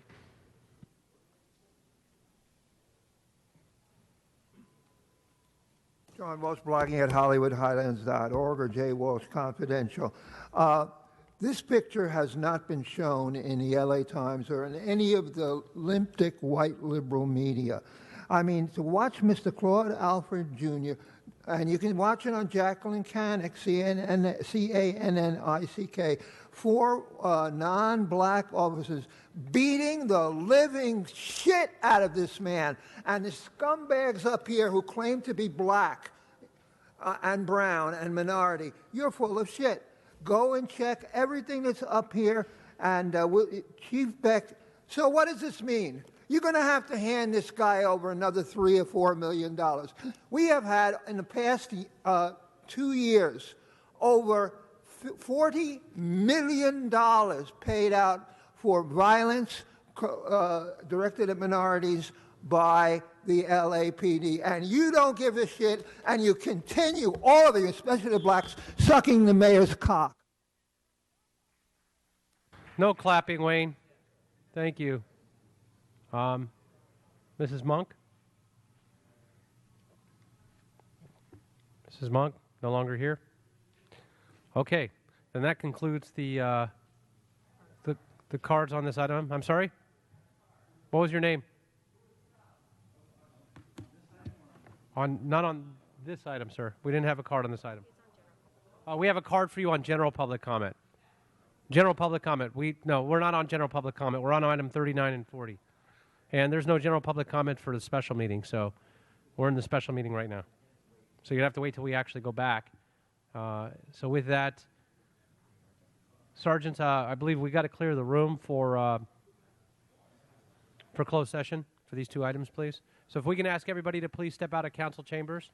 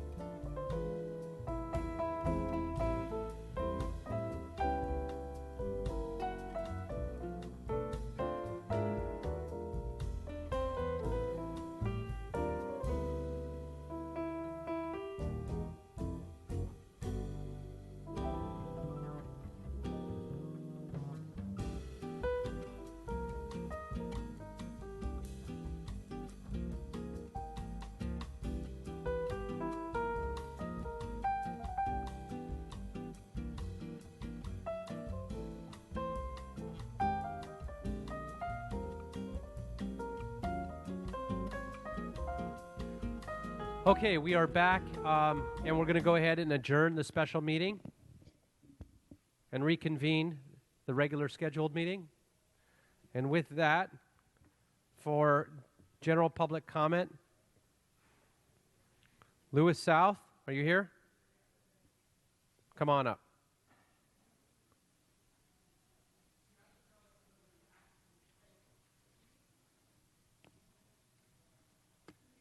If you're going to yell out, Mr. Walsh, from this meeting, you'll be asked to leave council chambers. You're disrupting the meeting. Sit down, please.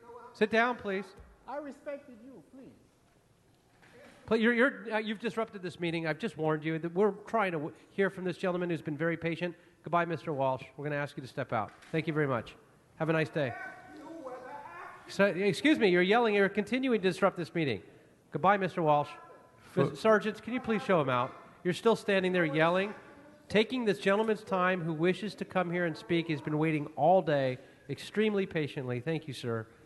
I sincerely apologize. We're going to escort him out so we can give you your... Thank you very much, Mr. Walsh. Goodbye. You're yelling again. You're still yelling out and disrupting this meeting. Sir, not acceptable. Come on, Mr. Walsh. You've been here every day for many, many years. You know the rules. Thank you, sir. Please.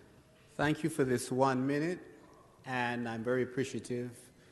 I do want to say to you that the Senior Lead Officer Program in LAPD is the best thing about LAPD. My dream is that one day 20 to 50%, if not more, of the officers in LAPD are senior lead officers. That program, the training it has, the intention of it is to create better communication lines within the community.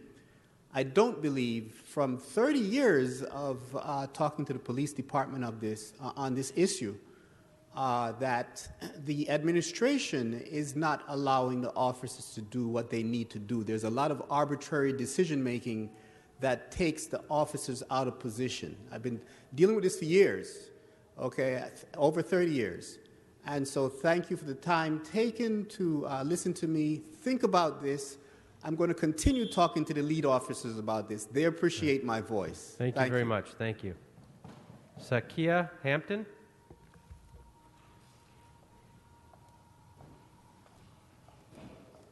Followed by Adina Clark. Pardon me? Yo, go ahead. Thank you again for your time. I wasn't prepared to speak today, but I do have a few comments to make.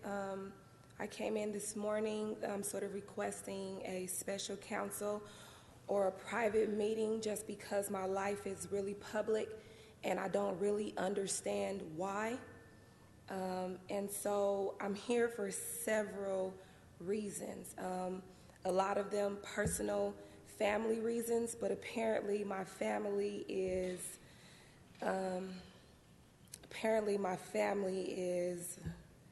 you know, on a different sort of level, and getting them to pay attention and to listen has been, you know, really hard. So it's become a citywide sort of issue, and so I'm asking for private counsel to be able to speak. Thank you. Thank you very much. Next speaker is Adina Clark. Good afternoon. My name is Ardina Clark. Happy International Peace Day. I hear it is today. And thank you for what you do. I am a former elected official. Actually, I sat on the Democratic Central Committee for the 43rd District. I'm also an award-winning singer or whatever. But I've written a resolution, and it's a resolution to restructure the police department that is multi-pronged. It deals with the post-traumatic stress disorder that institutions like the Center for Disease Control have identified that the community suffers from. It also deals with aspects of restructuring the police department, incorporating kind of ROTC-style program, which I understand we've already sort of begun to experiment with. Anyways, it's gotten a lot of circulation. The mayor contacted me, thanked me for it. I've actually been in contact with Corinne Price's office as well. But we lost a little bit of that momentum. But I'm interested very much in introducing the resolution, and I think that Los Angeles, California is a place that would be a great example of such a vision for what we could possibly do to address the crisis that is facing the inner cities right now. So thank you for your time. Thank you very much. And Monk, still here? No? Okay. Okay, that concludes all the general public comment cards that we have. I'm sorry? Yeah, and I asked you to leave because you were yelling into the microphone. And so I asked you to leave council chambers. You refused to. And we had to ask the sergeant to remove you because you were yelling and you wouldn't stop yelling into the microphone. So maybe next time you'll stop yelling and disrupting the meeting. And also, we have a translator that has to listen in with headphones, and when you're yelling, it's a problem.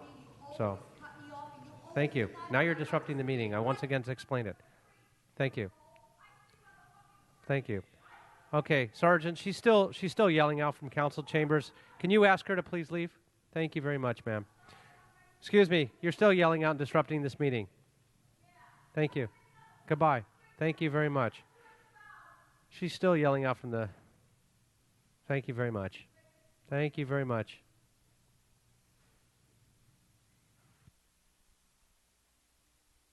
Thank you very much. Thank you, ma'am. Have a nice day. Thank you. Have a nice day. Okay, council members, do we have, I believe that concludes the agenda. We have items for posting and referral. Go ahead and post and refer those. Do we have any announcements? Mr. Cedillo. We are going to do housing at 2 o'clock. Okay, any other announcements? Seeing none, do we have any adjourning motions? Looking around, do we have any adjourning motions? Seeing none. So with that, council members, we are adjourned. This meeting is over. Thank you very much. Have a nice afternoon and be safe.